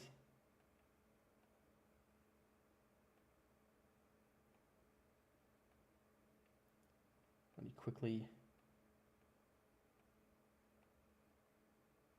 Oh, okay. I see. That's why. I chose the wrong one. So you have like this scene, and I thought this was a really nice detail. Or like a funny detail, I would say.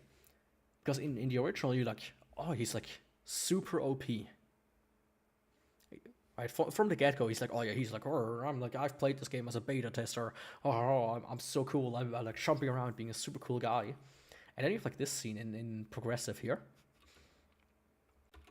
Yeah, like he's like shy, he hands her like the card data, and then here, I thought this so funny. He tries to like put his sword into the back, into the sheath, and he just gives up. He just like, oh yeah. He tries. I mean, look at this dude. As well. when he walks away here. Now, you can't tell me this doesn't look like he's missing 2 arms and it's just like cloth hanging down. He looks like looks like. Right, you take like a thing and you just go. Right, you can just grab him on both arms and kind of like do a little twist. And it just makes step. But yeah, that was a really funny scene in my opinion. So let me switch back to this now. Okay, the original one, is it like? Oh yeah, the thing's down. Let's quick see.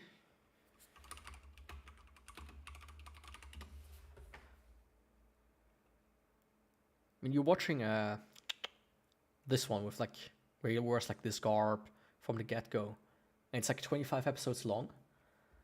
Because that's the original one, but currently there's also like a spin-off, which is Alternative, which is with this chick, which is also, honestly, I like this one. I like the original first arc of SAO. Unapologetically, I think it's fantastic. It, pretty much brought isekai to the popularity. But the rest is kind of meh until Alicization. That's a whole nother story. This is almost the peak so far of SAO. But Alternative, also really good so far. And there's a new season. I haven't started watching it yet, though. So yeah, and Progressive, really interesting. I wish there's more. There are only 2 movies, sadly. And the last movie is already like a year or 2 old as well. But this brings me also... I like a few cool scenes. This is also one. Because Asuna... Okay, you're watching No One. The first half, really good, by the way. The second half, kind of divisive for a lot of people. I think it's okay. The second season, the first half, the second half, really good. And if you can like endure going through the first 2 seasons, you get to the third one. Skip the movie. There's Alicization. Honestly, that's my favorite part. It's really good. And really long as well. But yeah, you have like this scene. And she's not like a player. Usually she doesn't play games. So she's just talking to the NPC. She's like, oh no, she thinks that's another human, right? She's like, oh no, I need to help me. I want my friend. My friend is called like this and this, and she lives there, right? Fucking doxing her. Because she doesn't know that people use nicknames. She just used her original name and the way she looks in real life. And everybody else is, of course, characters. It's a very cute scene. I think it's well done. What is this? Okay, yeah.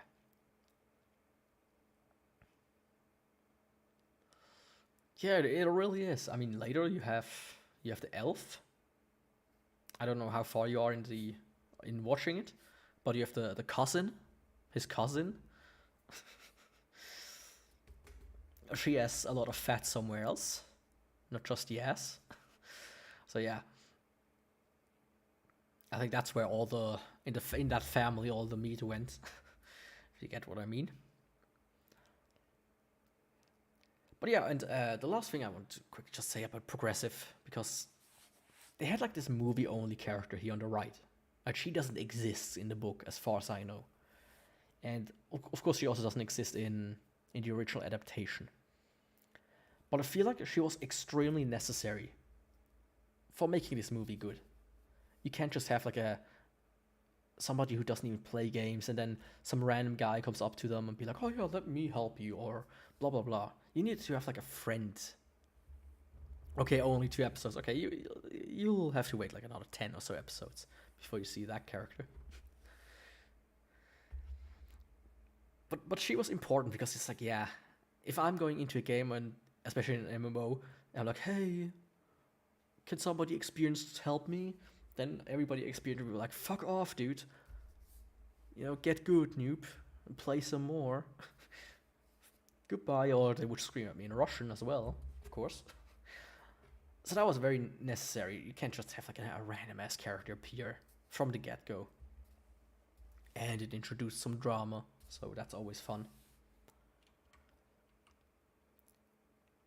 And yeah, I mean, just the poster, and that's kind of it. I mean, I'm there are 2 mangas I'm reading currently, which is like part of this finishing up, but they're not worth really talking about. One is kind of, it's Shimeji Simulation. But my god, it's kind of like, what the fuck is going on at this point? Where I really can't talk about it, because it's just, huh? What? Huh? I mean, look at this art, it's like, okay. Like, what the fuck, dude? Like, this is just some, you know, some random rendition that somebody made. It's like, oh yeah, let's just make something weird. It's like, this is like the actual manga, right? One of the characters has just a fried egg on her head. It's like, huh?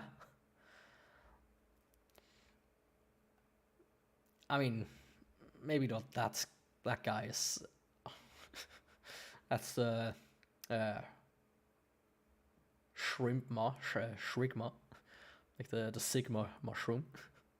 But yeah, it's like this is about where I am right now. Volume 3, 4, something like that. It's just kind of what the fuck.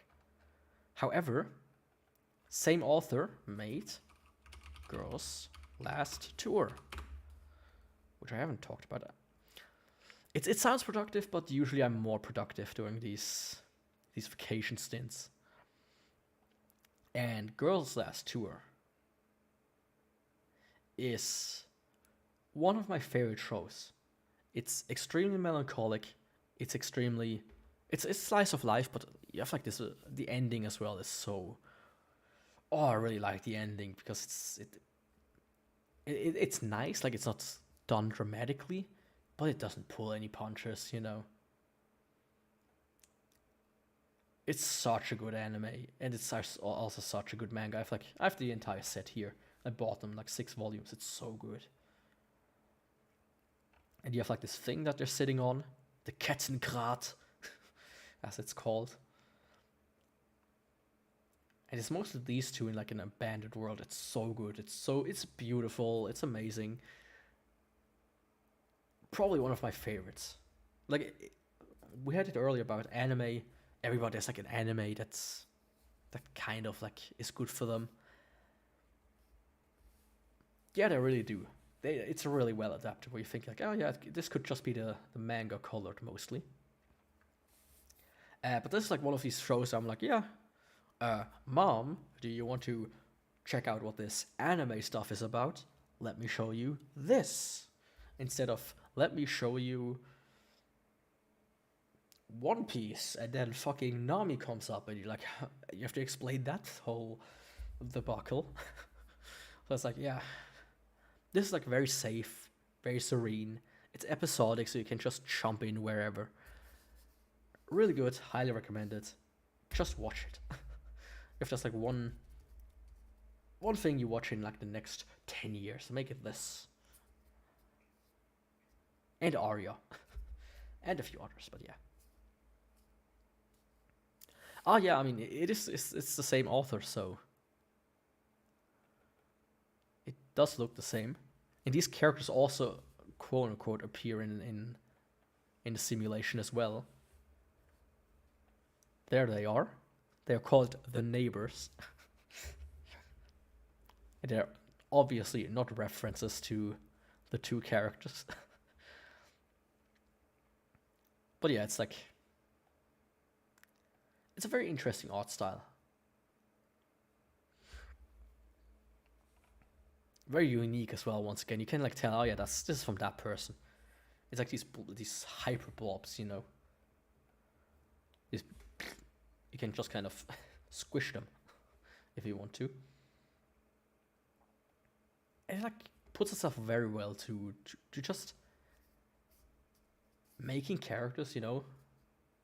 It's not like hyper, you don't need to do a hyper detailed face, you just kind of do like a blob with 2 eyes that are kind of like droopy, right? And you just put another piece of hair on it in a different color, and it works out. Here you have the teacher, who's a drunk, who likes to make holes.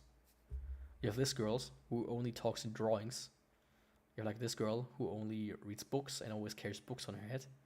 You have like the sister, and you have this weird girl, who I don't know what the fuck she's about. But yeah, pretty cool. I've been reading it. I just don't really know what the fuck is going on. I'm like, dude, like, what the fuck, dude? Like, it starts relatively normal. If he's like, oh, I just woke up. I have like mushrooms growing out of my head. Why? And now it's like, let's be in like 50 alternative dream dimensions, and we can make everything we imagine. Like making hats from lettuce. That's literally what happened here. They're like, oh yeah, we make like dresses and shit and like new clothes. And she was like, oh yeah, maybe not experiment too much with the clothes because everybody looks kind of weird now. Let's just make hats. And she like creates a hat that's a cabbage. It's like, okay. You have to come up with that shit somehow. I won't say drugs, because I hate that thing when people say that. But it's a really good, like, just what the fuck moment, you know.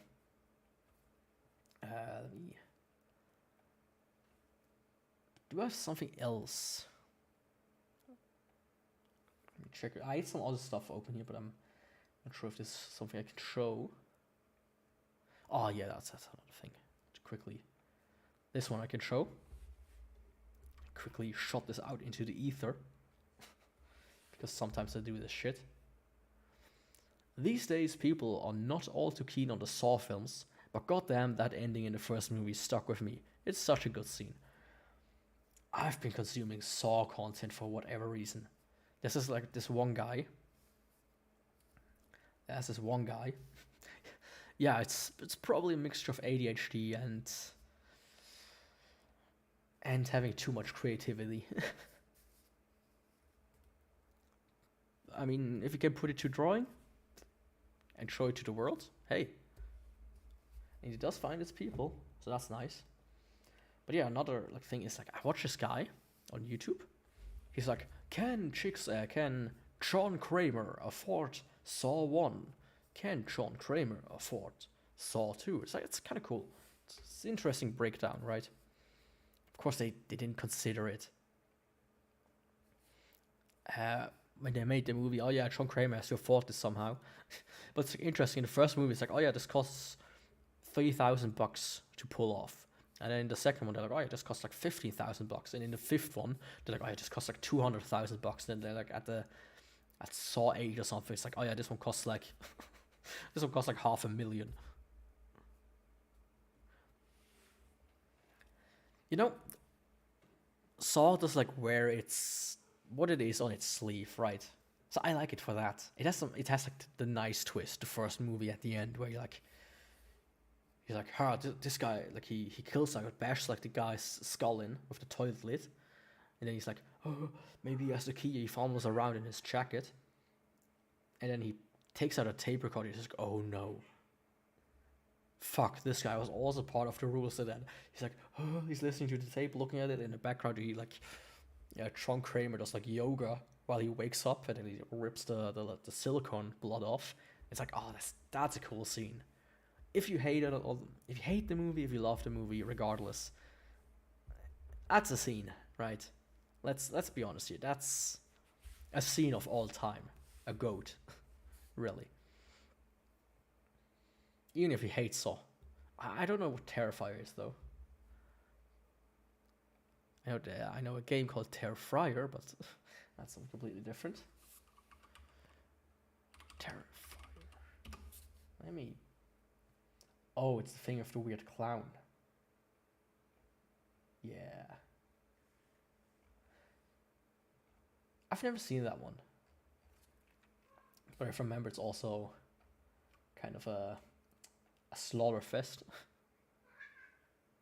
My cats are fighting again. So yeah, I have a few more things I picked out, but can you chill?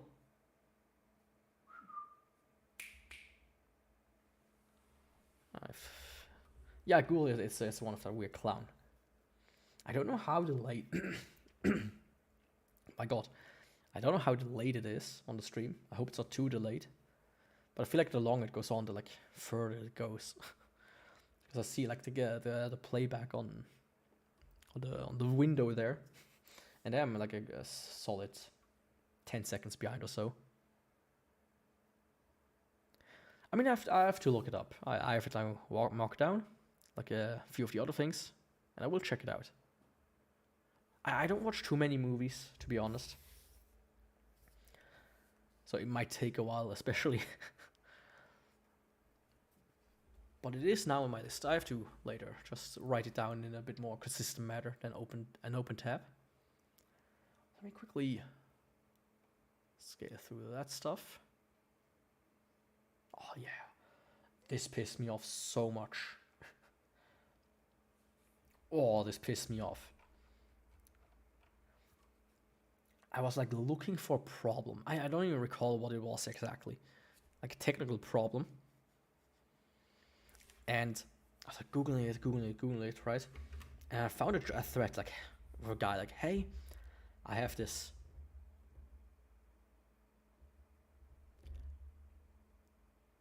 Yeah, I think there's a slight delay though. It might be because I sometimes see you you message like 10, 20 seconds after I talked about it.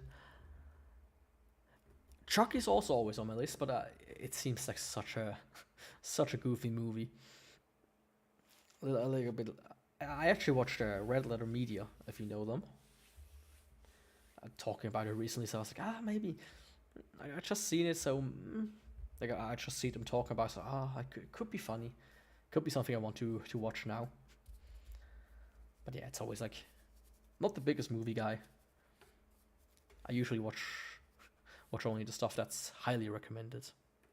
Or that's kind of really weird. But yeah, quickly this. I was like, what? Searching a problem. I don't remember what. So I was Googling it, and then I found like a thread. Like a forum thread first. And the guy was like, hey, I have this problem. Nobody answered. Next site, it was a guy like saying, hey, can somebody help me? And then somebody wrote in the comments, I sent you a DM with the solution. I was like, oh, great.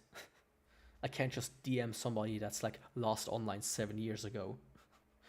And then I find a Reddit thread. And this is where this happens the most. Where it's like somebody's like, hey, you have this very specific problem, help. And then like here's all the steps I tried, here's what's wrong, blah blah blah. And it's like, this is me, this is exactly me. And then in like brackets in the title they edited it and it's like solved. I'm like, hell yeah, this is it. Now I can figure it out. And the first comment is like, never mind, figured it out. Like, never mind, solved it already. And it's like, where's the solution? Tell me. Please, tell me.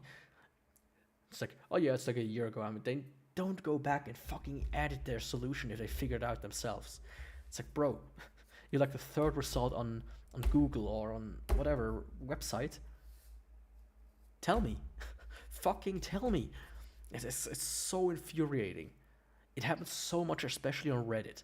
I don't know what's wrong with people who use Reddit. I mean, there has to be something wrong with people who use Reddit, especially on a larger scale these days. But man, infuriating. If this was like a conversation of an actual person, right? If I went up to somebody and they said, oh yeah, I figured it out already, and then start to walk away, I would take them and throw them to the ground and be like, dude, you either tell me right the fuck now what your solution was, oh, I'm gonna throw you in outside the window. Yeah, it's like, you know, it should be, oh, Jeremy brought snacks to the class. I hope he has brought enough for everybody. And then he quickly wolfs it down. Like, come on, dude. This was a family-sized bag of chips right now. You could have shared one chip with every student in the class. Huh? But instead, they just keep it to themselves. Selfish bastards. You know? You rely on the grace of everybody on the internet and you don't return it. Too bad. Oh, this is a good one. This is a point I will make for the rest of my life. Every time I hear it, I'm like, you're so full of shit, dude. Fuck off. I never believed it when YouTubers say my video is not appearing in my subscribers' subscription feed.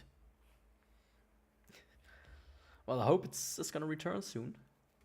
But I'm also kind of wrapping up soon as well. Quickly going through these, and if I have which ones I can and which I can't, and then I'm probably also done. So if your Wi-Fi's buffering, it's maybe recognize, hey, it's soon over. But yeah, so when YouTubers say that, I'm like, no, you're full of shit. It's not that your video is not appearing in the subscription feed. It's that either your viewers are too fucking dumb to recognize that they are in the home feed on YouTube, or you just make the same thumbnail over and over and over and over and over again to the point where people just tune out that it's a new video. I just had this happen to me as well, where I was like, huh, where did the video go I just saw, right? It's like, oh, this guy that I usually watch his videos of, he had a new video. Where is it? I'm on my sub feed, obviously. There's a video from somebody I'm subscribed. There's a video there and there from people I subscribed. And there's a music video from some random artist. Huh? Then I checked like again. So I'm on my home feed, right? And then I checked like some other guys like, hey, yeah, he's like uploaded the same video with the same thumbnail for like, or like very similar thumbnails for like months in a row. It's like, yeah, you just tune it out with the time. And every time, can it happen? Can it happen? Yeah, of course it can happen. It's technology. It's programmed by people at Google. They have no idea what they're doing anyways. Like, come on. Okay, it can happen. But 99% of the time, I can guarantee, I would bet $1,000, it's that people are either dumb or started to tune your shit out. So it's like, dude, it's one of these statements. I'm like, in some cases, also obvious. Like, oh yeah, you know, oh yeah, YouTube doesn't show my videos to you, so maybe you should hit that bell, right? And then later on, they're gonna be like, oh, YouTube is also no longer notifying my subscribers, right? Of course, that's the same problem. It's like people have just so many bells active at this point that they have like 50 new things at once every day. So they're like, oh yeah, is there something new in there? Probably not. And they tune it out as well. And then the scummy YouTubers go, well, since the bells are working, maybe come and follow me on Twitter or follow me on Twitch, or maybe how about you visit my Patreon and pay? I'm sure that's gonna work, right? So it's dumb viewers that you just don't care as much if they are the ones that like say it, or it's scummy people. I see that everywhere. It's like, you know. The thing is, as a programmer, as somebody who worked in web development especially, it is very rare that you make a query to a fucking database and you don't get all the data back you requested. Like, the only way that happens usually is if the query is wrong, or you have like some sort of limiter. But you don't have just random data appear, right? Because if this happens on such a large scale, yeah, I never activate the bells myself, by the way. I'm like, the subfeed works. It clearly works. Yeah, but if it happens like on such a large scale, That would be devastating for a company like YouTube, because what that means is either the query is fucked, or the database itself is completely shitting itself. It's like, guess what? If the database is shitting itself, YouTube is gonna be on fucking fire. So no, that's not happening. Stop lying. Stop asking me to click the bell. Stop asking me to follow you on Twitter. Follow me on Twitter, by the way. I never tweet stupid things. And follow me on Quick and YouTube and Twitch. And soon also LinkedIn. That would be funny if I'm all of a sudden the largest VTuber on LinkedIn. Or Xing, which is a Swiss company, if I think correctly. So yeah. Like fuck this statement. It's a lie. It's a fucking lie. This one's also same thing. This is like. First, let me show this one really quick. This is also something I said. It's going back to Dragonstar Varnier. Finished Dragonstar Varnier, and it wasn't bad, but it also didn't grab me like some other games from CH, which stands for Compile Hearts. These games are like B-movies, nothing too exciting, but they scratch that itch for a quick JRPG. And I don't mean a quick JRPG as some kind of innuendo, like this. Corn. This is one of these things I recently see more and more and more and more and more, to the point where I hate it. I hate this so much. Holy shit. I watched like some like, we are interrogating this criminal for possession of animal corn. It's like, huh? What the fuck are you talking about? Right? He is also a very well-known PDF file. I recently was in a call and somebody was like, yeah, can you send me a PDF file? I was like, huh? What? Can I send you a PDF file? I was like, oh, no.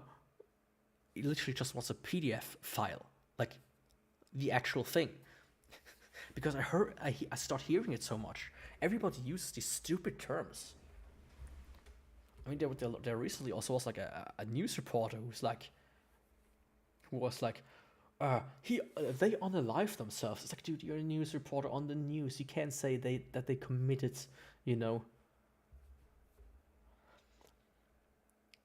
I think most people say it with a C so they don't get banned or something. Yes, but read the tweet I said here. Stop saying corn instead of porn. At least be a bit classy when you are greedy about it and call it cornography. Or, just go with AV, adult film, R18, 18 plus, right? It's like, there are words to describe this that aren't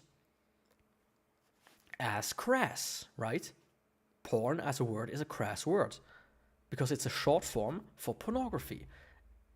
A slang, you could say, which is more like a youth, it's not a slur, but it's the same as if the difference when I call somebody, well, he is homosexual to describe him, or if I describe somebody as a fag. It's like, right, that's like the difference as well. It's like the same here. You can say porn, which is or you can just say adult film, adult movie.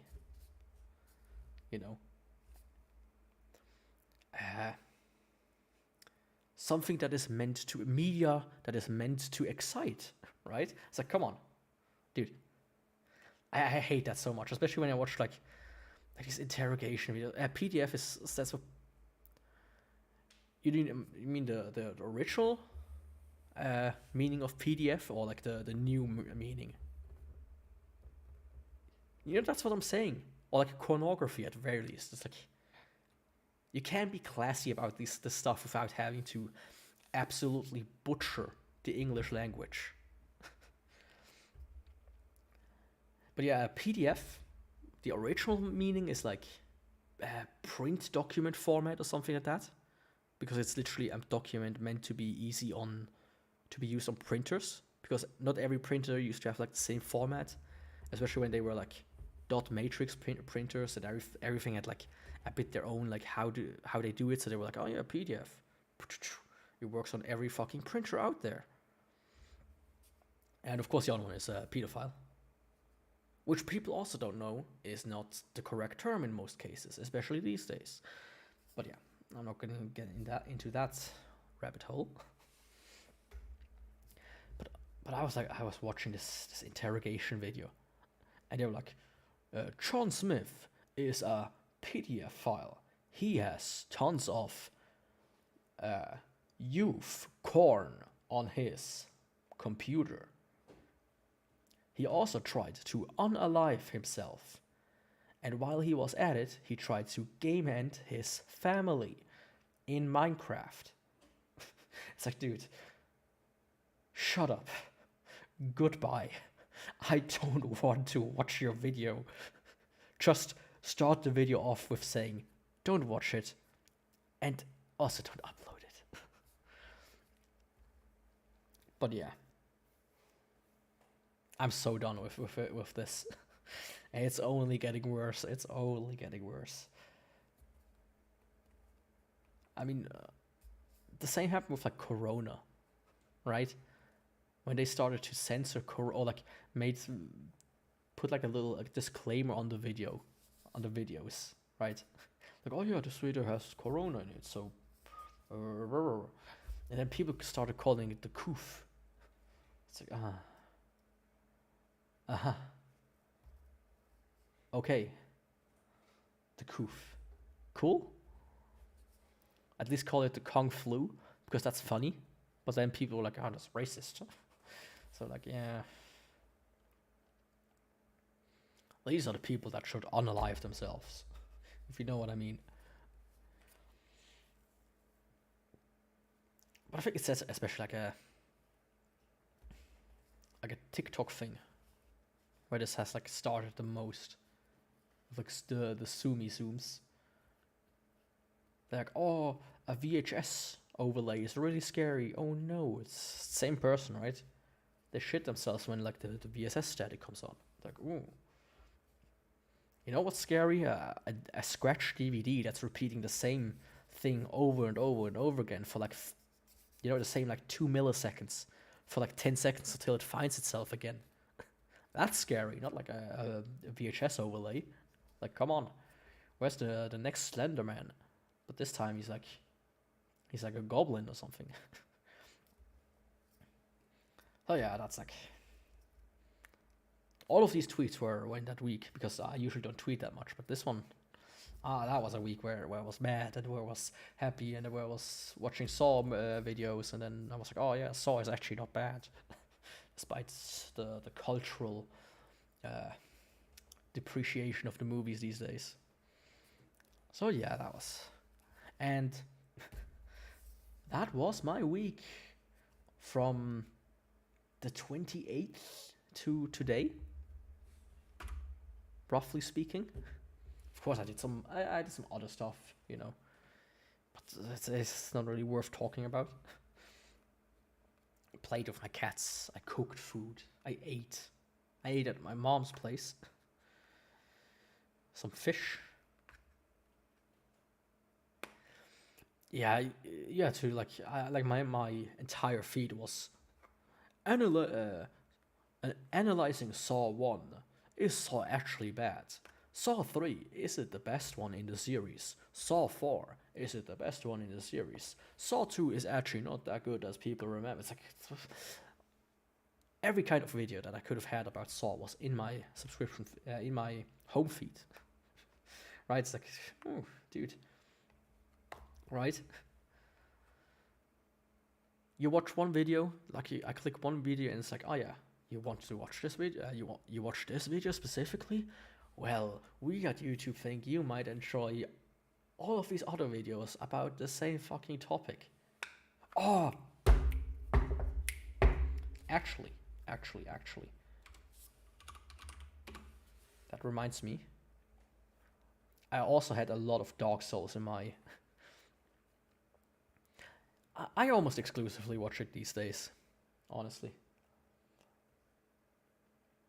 Like besides, of course, anime and such, and the rare movie.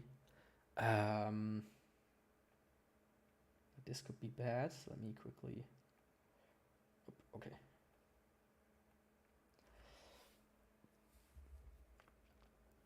I think it's nice. You know, it provides a lot, but sometimes you have like a very slow week where you're like, ugh. Right. Like, oh man, everything is kind of just the same garbage. And then you kind of tune out, right?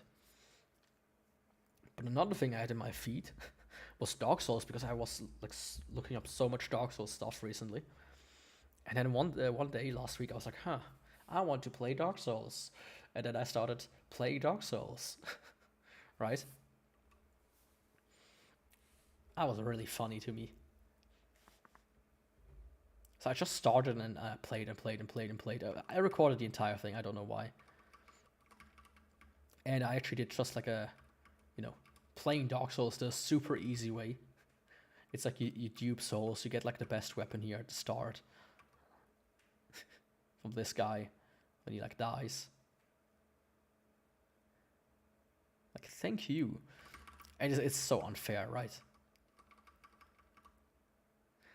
Yeah, it's the naked, it's almost like my cats, you know? Maybe not as wrinkly, but they look about the same.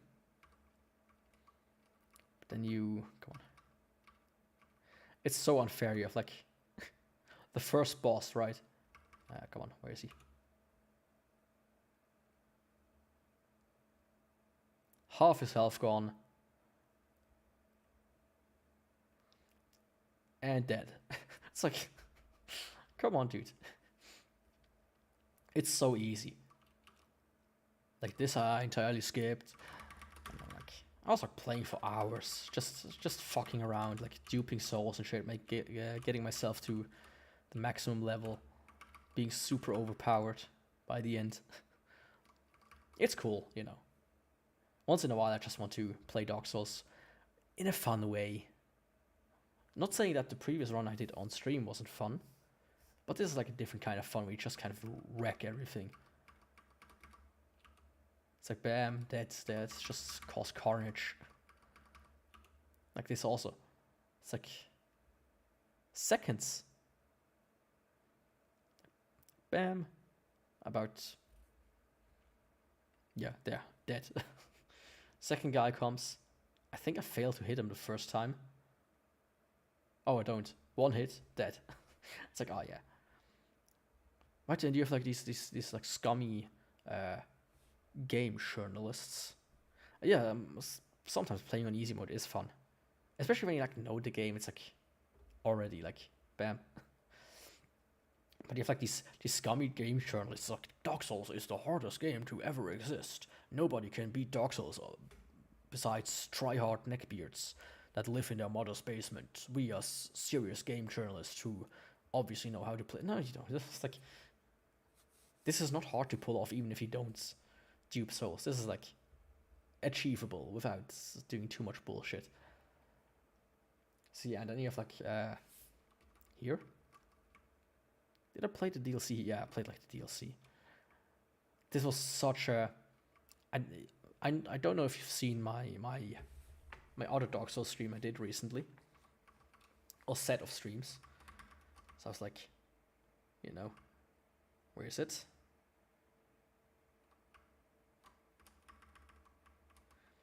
I was like, here, fighting fucking Manus, you know, this is the big guy, the big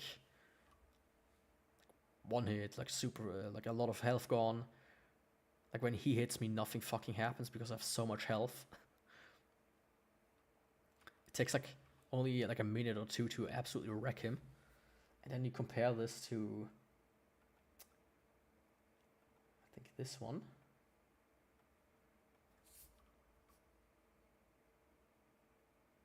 Yeah, I think the like I played it way back actually. I played it like this. Right. I think that's the one you were there for this one for sure. I don't know. Like you didn't chat. If you were there, this was like 2 weeks ago. Right, where I played the other one. But yeah, like this guy. This is the entire fight. It's like fucking like no damage.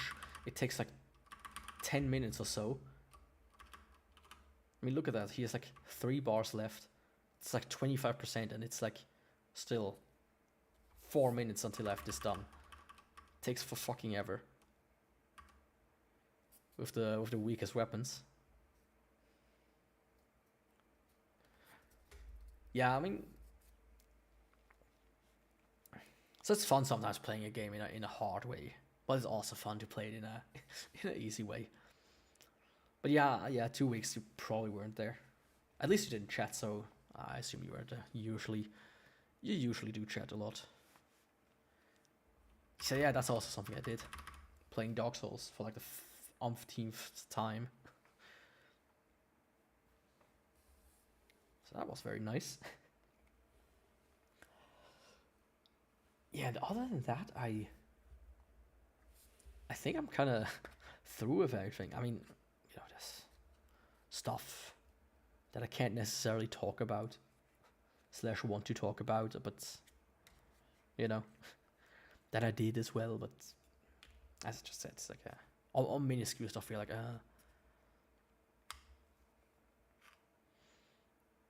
yeah, and, you know, I appreciate that. It's always a good stream when you're around. Like some people, they chat for like 2 minutes and then they piss off, and then you wonder like, are they coming back? Should I try to engage them? But that's like, you are just always like going along with the flow. It's very easy to stream this way. But what's not easy is if you've been talking for almost 3 hours, my god. Especially since you barely have anything to drink. I think I like Coke, but that's not the best thing to drink while talking. And also my pan is sturdy, so I can't make like tea or something. So yeah. But that was kind of my week last week. A lot of nothing. If you break it down into reality, it's a lot of nothing. Like there was a little part where my dad was like, "Hey, Yaku, can you help? Like, my girlfriend is helping me with my job. Can you like help me with getting her an email address?" And it's like, yeah, but it's with your current service, it costs like $15 a month for an extra account. He's like, what? That's so expensive. I was like, yeah, so I waste some time on figuring out how to help him there, but that's boring. I mean, you know, it's something you need to get used to, talking for hours on end, if you want to survive in this landscape. But I'm not too used to talking anyways. At work, I'm usually I'm the quiet kid. You know, you pay for your email, of course. Of course I pay for my email address, and my dad as well. As an example, my email address is firstname@lastname.contact. You can't get that for free. And my dad's email address is his first name at his company name, quote unquote company, .ch. It's like, you know, you need to buy the domain, and you need a service that allows you to put this domain in. Usually that costs money. As an example, there are cheap ones, right? And you can self-host as well if you want to. But as an example, there's Fast Mail. Right. They cost $5 a month. Or if you go for 3 years at once, it costs this much. I mean, yeah, it's free, but you will probably have like something like uchiac@gmail.com, right? Or like @yahoo.com. And there's like a lot of features like these come with like a lot of storage. Google gives you like 10 gigabytes or something like that for free, which is nice, but they also kind of read your emails. And you have like tons of extra service usually and stuff like that. Of course, you know, you can do it cheaply, right? As example, you can go to like, right, thick.com. You can get like,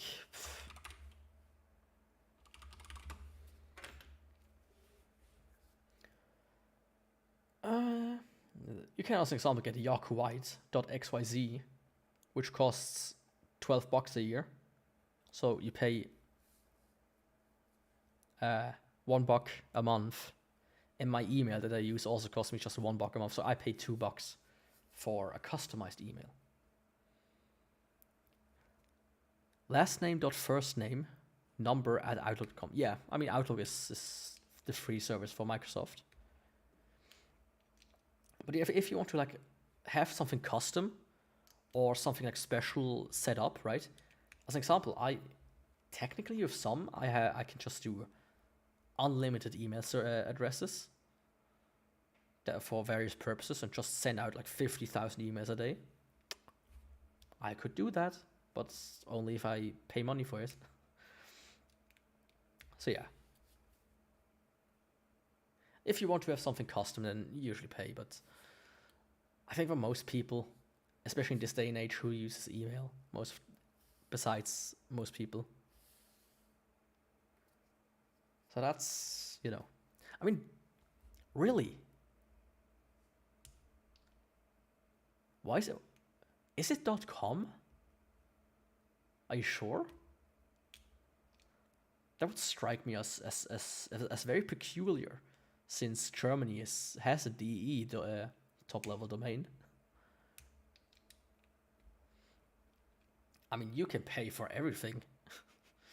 Trust me. I mean, usually, you know, if it's free, then you're the product. That's the general consensus, you know. Yeah, okay, that would make far more sense. But yeah, Deutsche Bahn. I could technically,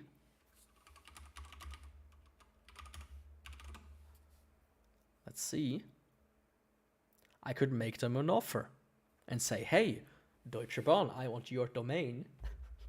I will give you 50 euros for it. Oh, it is .com? Oh.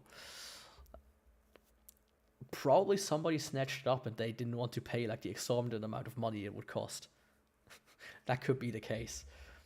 That would be funny. That's really funny if that's the case. But yeah, as an example, if you want to have the email your name at deutschebahn.pro, it costs you only $18 a year. $19.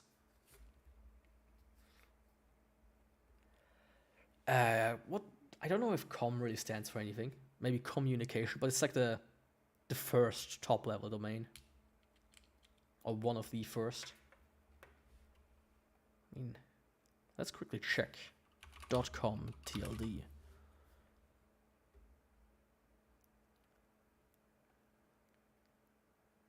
The domain, yes, a TLD, blah, blah, blah.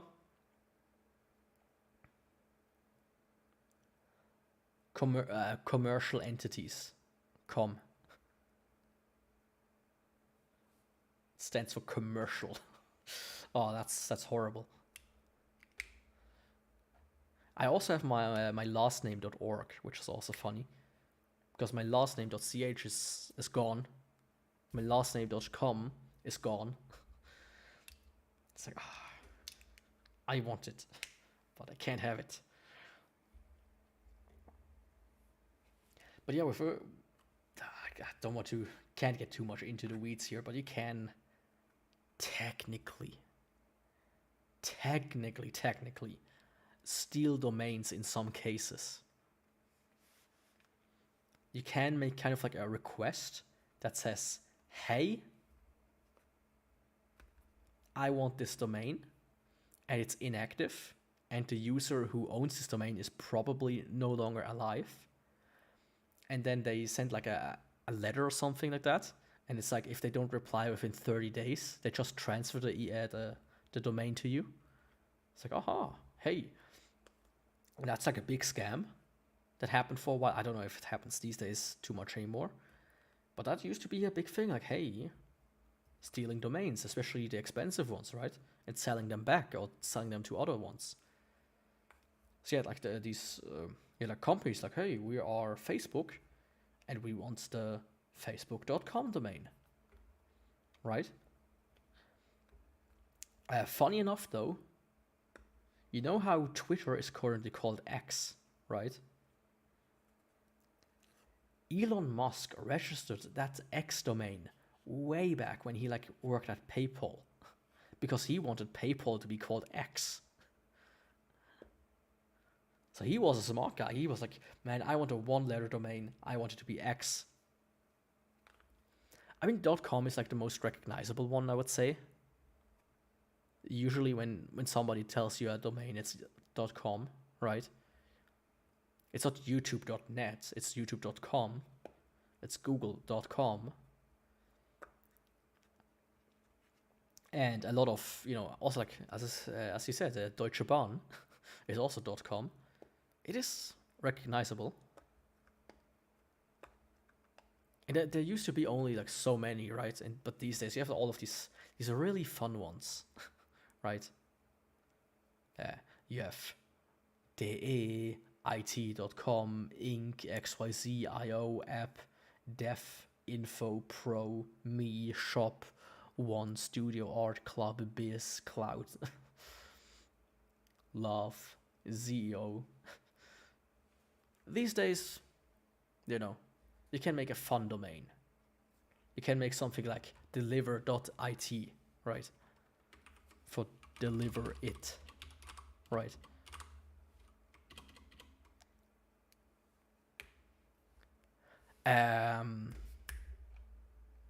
That's a good point, actually.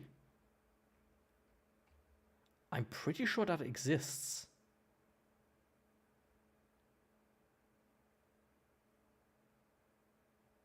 Or not. I wouldn't have been surprised if it exists, actually, because DB is database. So .database, just misuse it for DB as in Deutsche Bahn. Would have been that would be a slick one.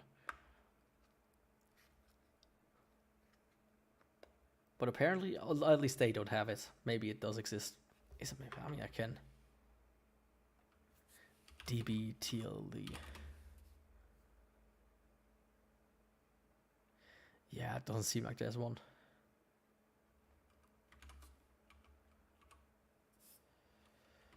Maybe .db, yeah. Sadly, nope.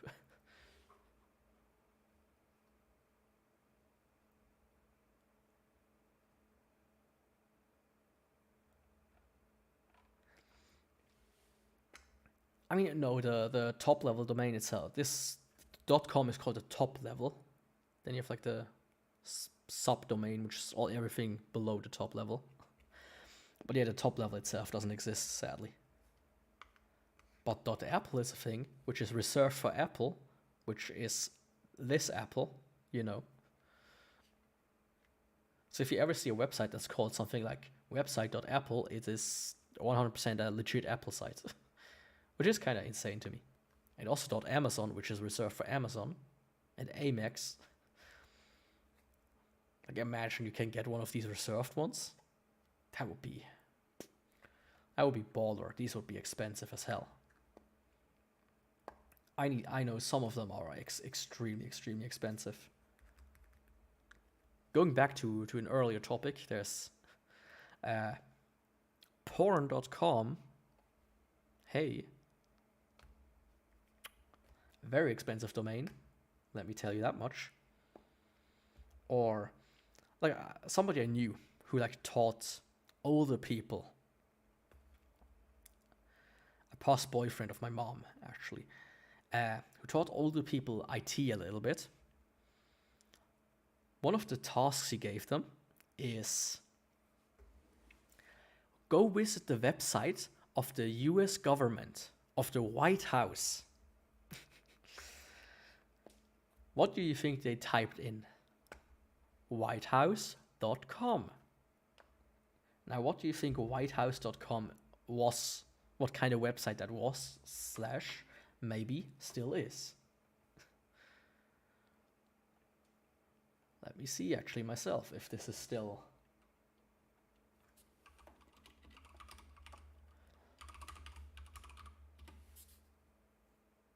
Nope. Okay, they by now they bought it.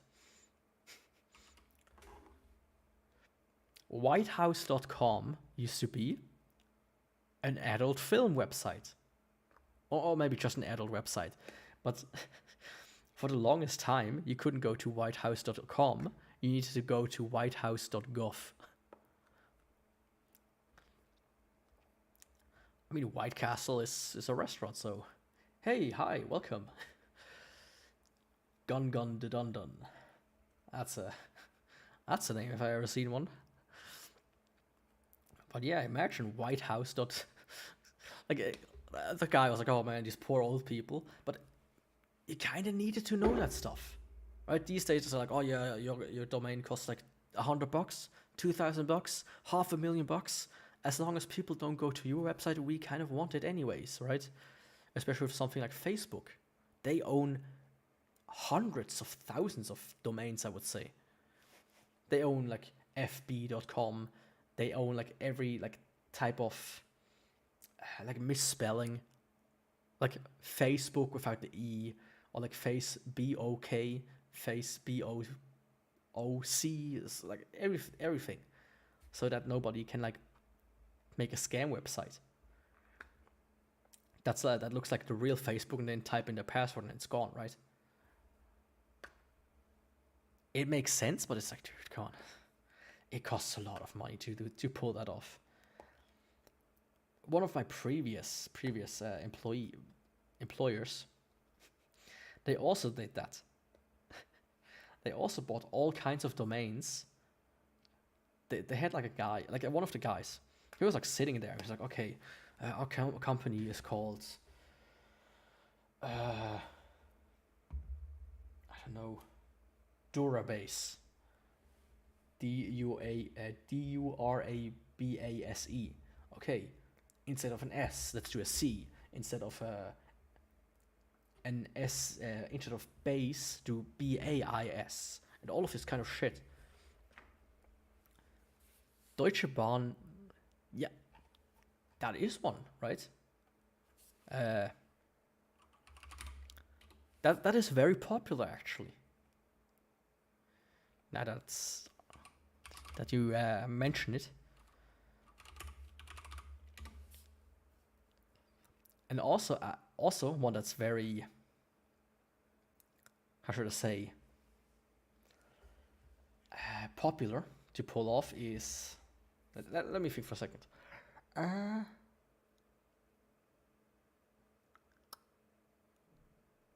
Let's say your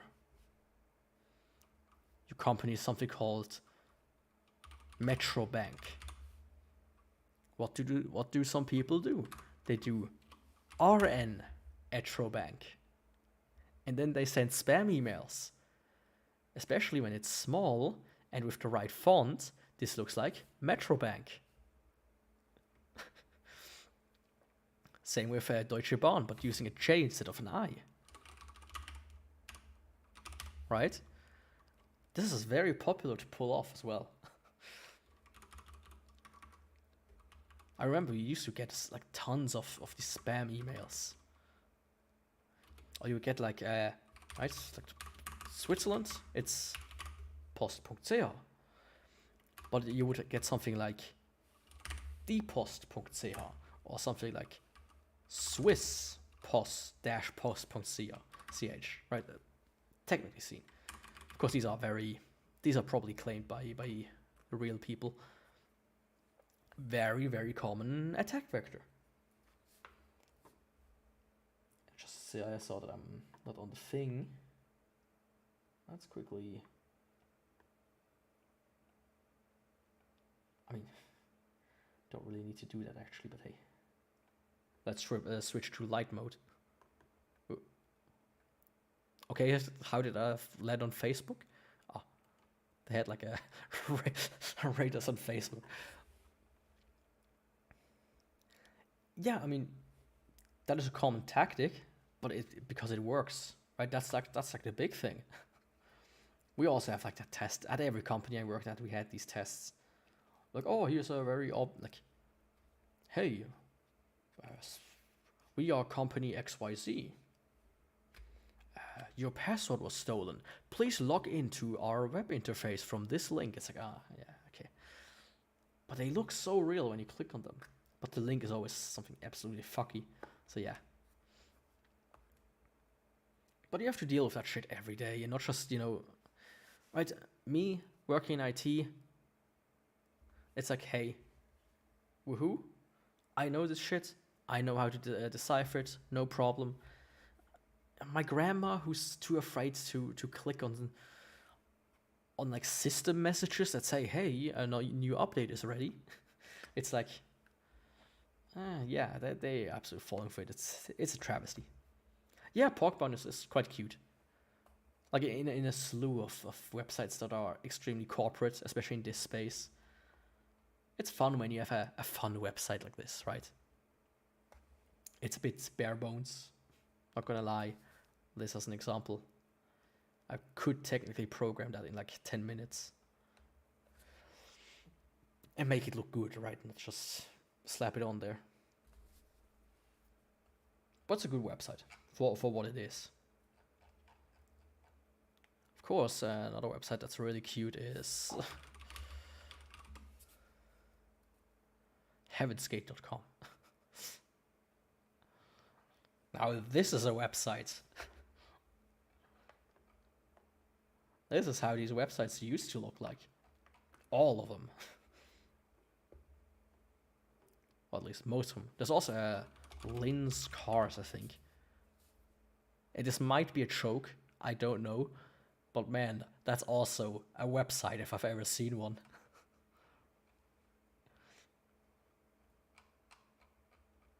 Like, hey, you want a VW?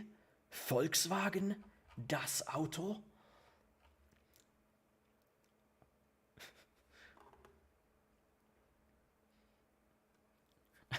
It looks like the dark, more like this is the dark ages of the internet. But yeah, I mean,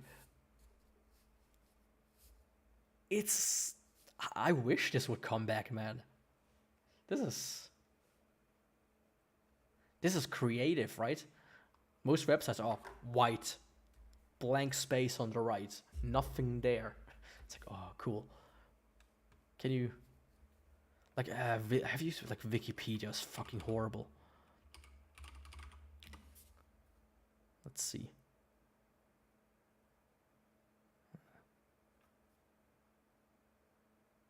I don't know, it's the tentacle flathead. Like, this is so unbearable, right? It's like left, right, blank. Especially when you're like on a high resolution screen. It's like, oh yeah, cool, right? And when you scroll out a little bit, it's like, yeah. Like as an example, this is what it would look like on a 4K screen, almost. It's like, yeah, Lynn's Cars, I'm like, I wonder if it's like a joke website. I can't imagine it's real. But it's 10,000 times better than this. It's like, oh yeah. Even if you click on like white, it's just, it scales differently. It's horrible web design, and I don't know why people do this anymore. And when you like,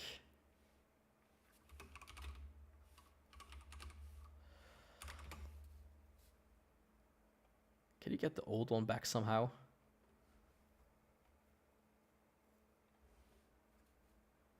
Let's see.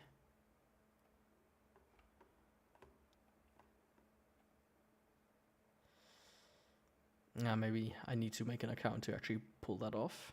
They don't have settings that kind of stay. Do they? No, they don't. At least I can't see it, find it. But yeah, this is... I like Lynn's Cars more than fucking Wikipedia.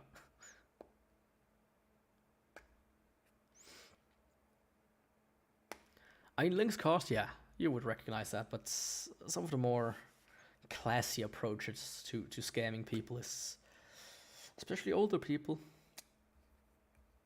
Or if you mean this kind of design, it's like, I hate it, everybody hates it. But they do it because it looks sleek. it looks cool. You don't need to fuck around too much with scaling because it just doesn't scale well anyways. So you can just make it like look like shit, regardless of the size. This is good web design. Yeah. Yeah, it is absolute shit. I remember like this not too long ago, this change that they introduced that, and the first time I saw it I was like, man, why? Like which college student fresh out of let's make a modern design school came up with this bullshit? Yeah, I mean it does what it's supposed to do, but it looks ugly. It's a wasted space on one hand. And I think the previous one was just better.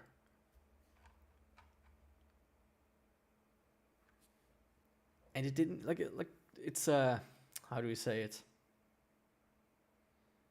You don't need to fix something that isn't broken. Yeah, I mean I sometimes go because I like when you like watch for like look for a movie or something or for a series. They have like the lists are very nice, you know. But yeah, but when I look for actual information, I avoid Wikipedia like the pest. They're quite biased and not very good anymore these days. But when you go for something like From Software, Games, Wikipedia, you have like usually like a very nice table that you can reference. So that's like the only reason why I do use them these days. But recently, while I was looking for something, I also found a horribly outdated list, which is like, oh yeah, this is like goes until 2018, and the rest is gone. There's like, you know, about 6 more years that you can put in this list. But it's still better than fandom. Not gonna lie. Whoever uses fandom can, you know, to get back to an earlier topic, they can unalive themselves in Minecraft. Maybe watch some corn beforehand. Yeah.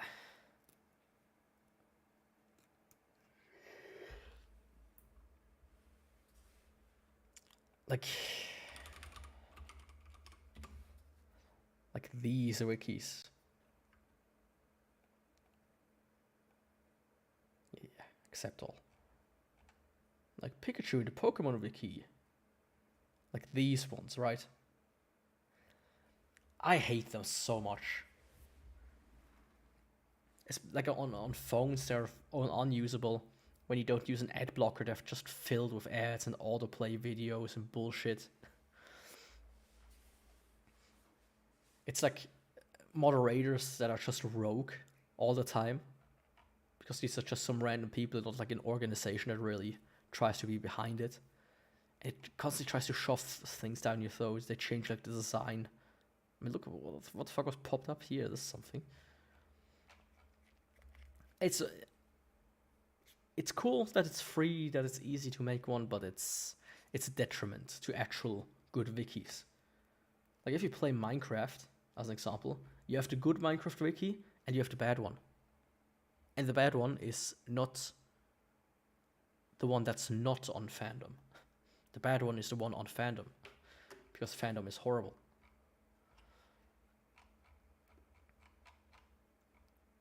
And it does the same thing as Wikipedia. It's like, look at this.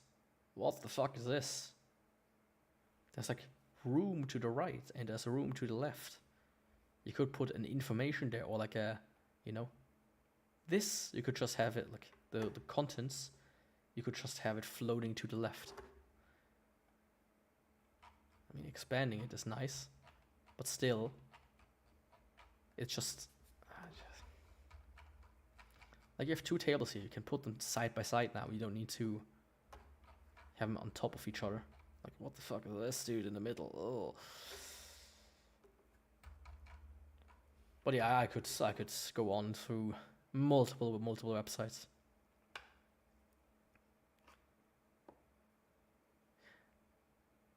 yeah, till next time as well. I was just about wrapping it up as well. I could have gone on. I could go on on these websites and shitty design and programming for hours if I have to, because that's kind of my bread and butter. But I'm also kind of tired and my voice is dying. But yeah, have a nice night. Sleep well. And don't dread work too much. Because you're still on vacation, hopefully. For the next 10 weeks.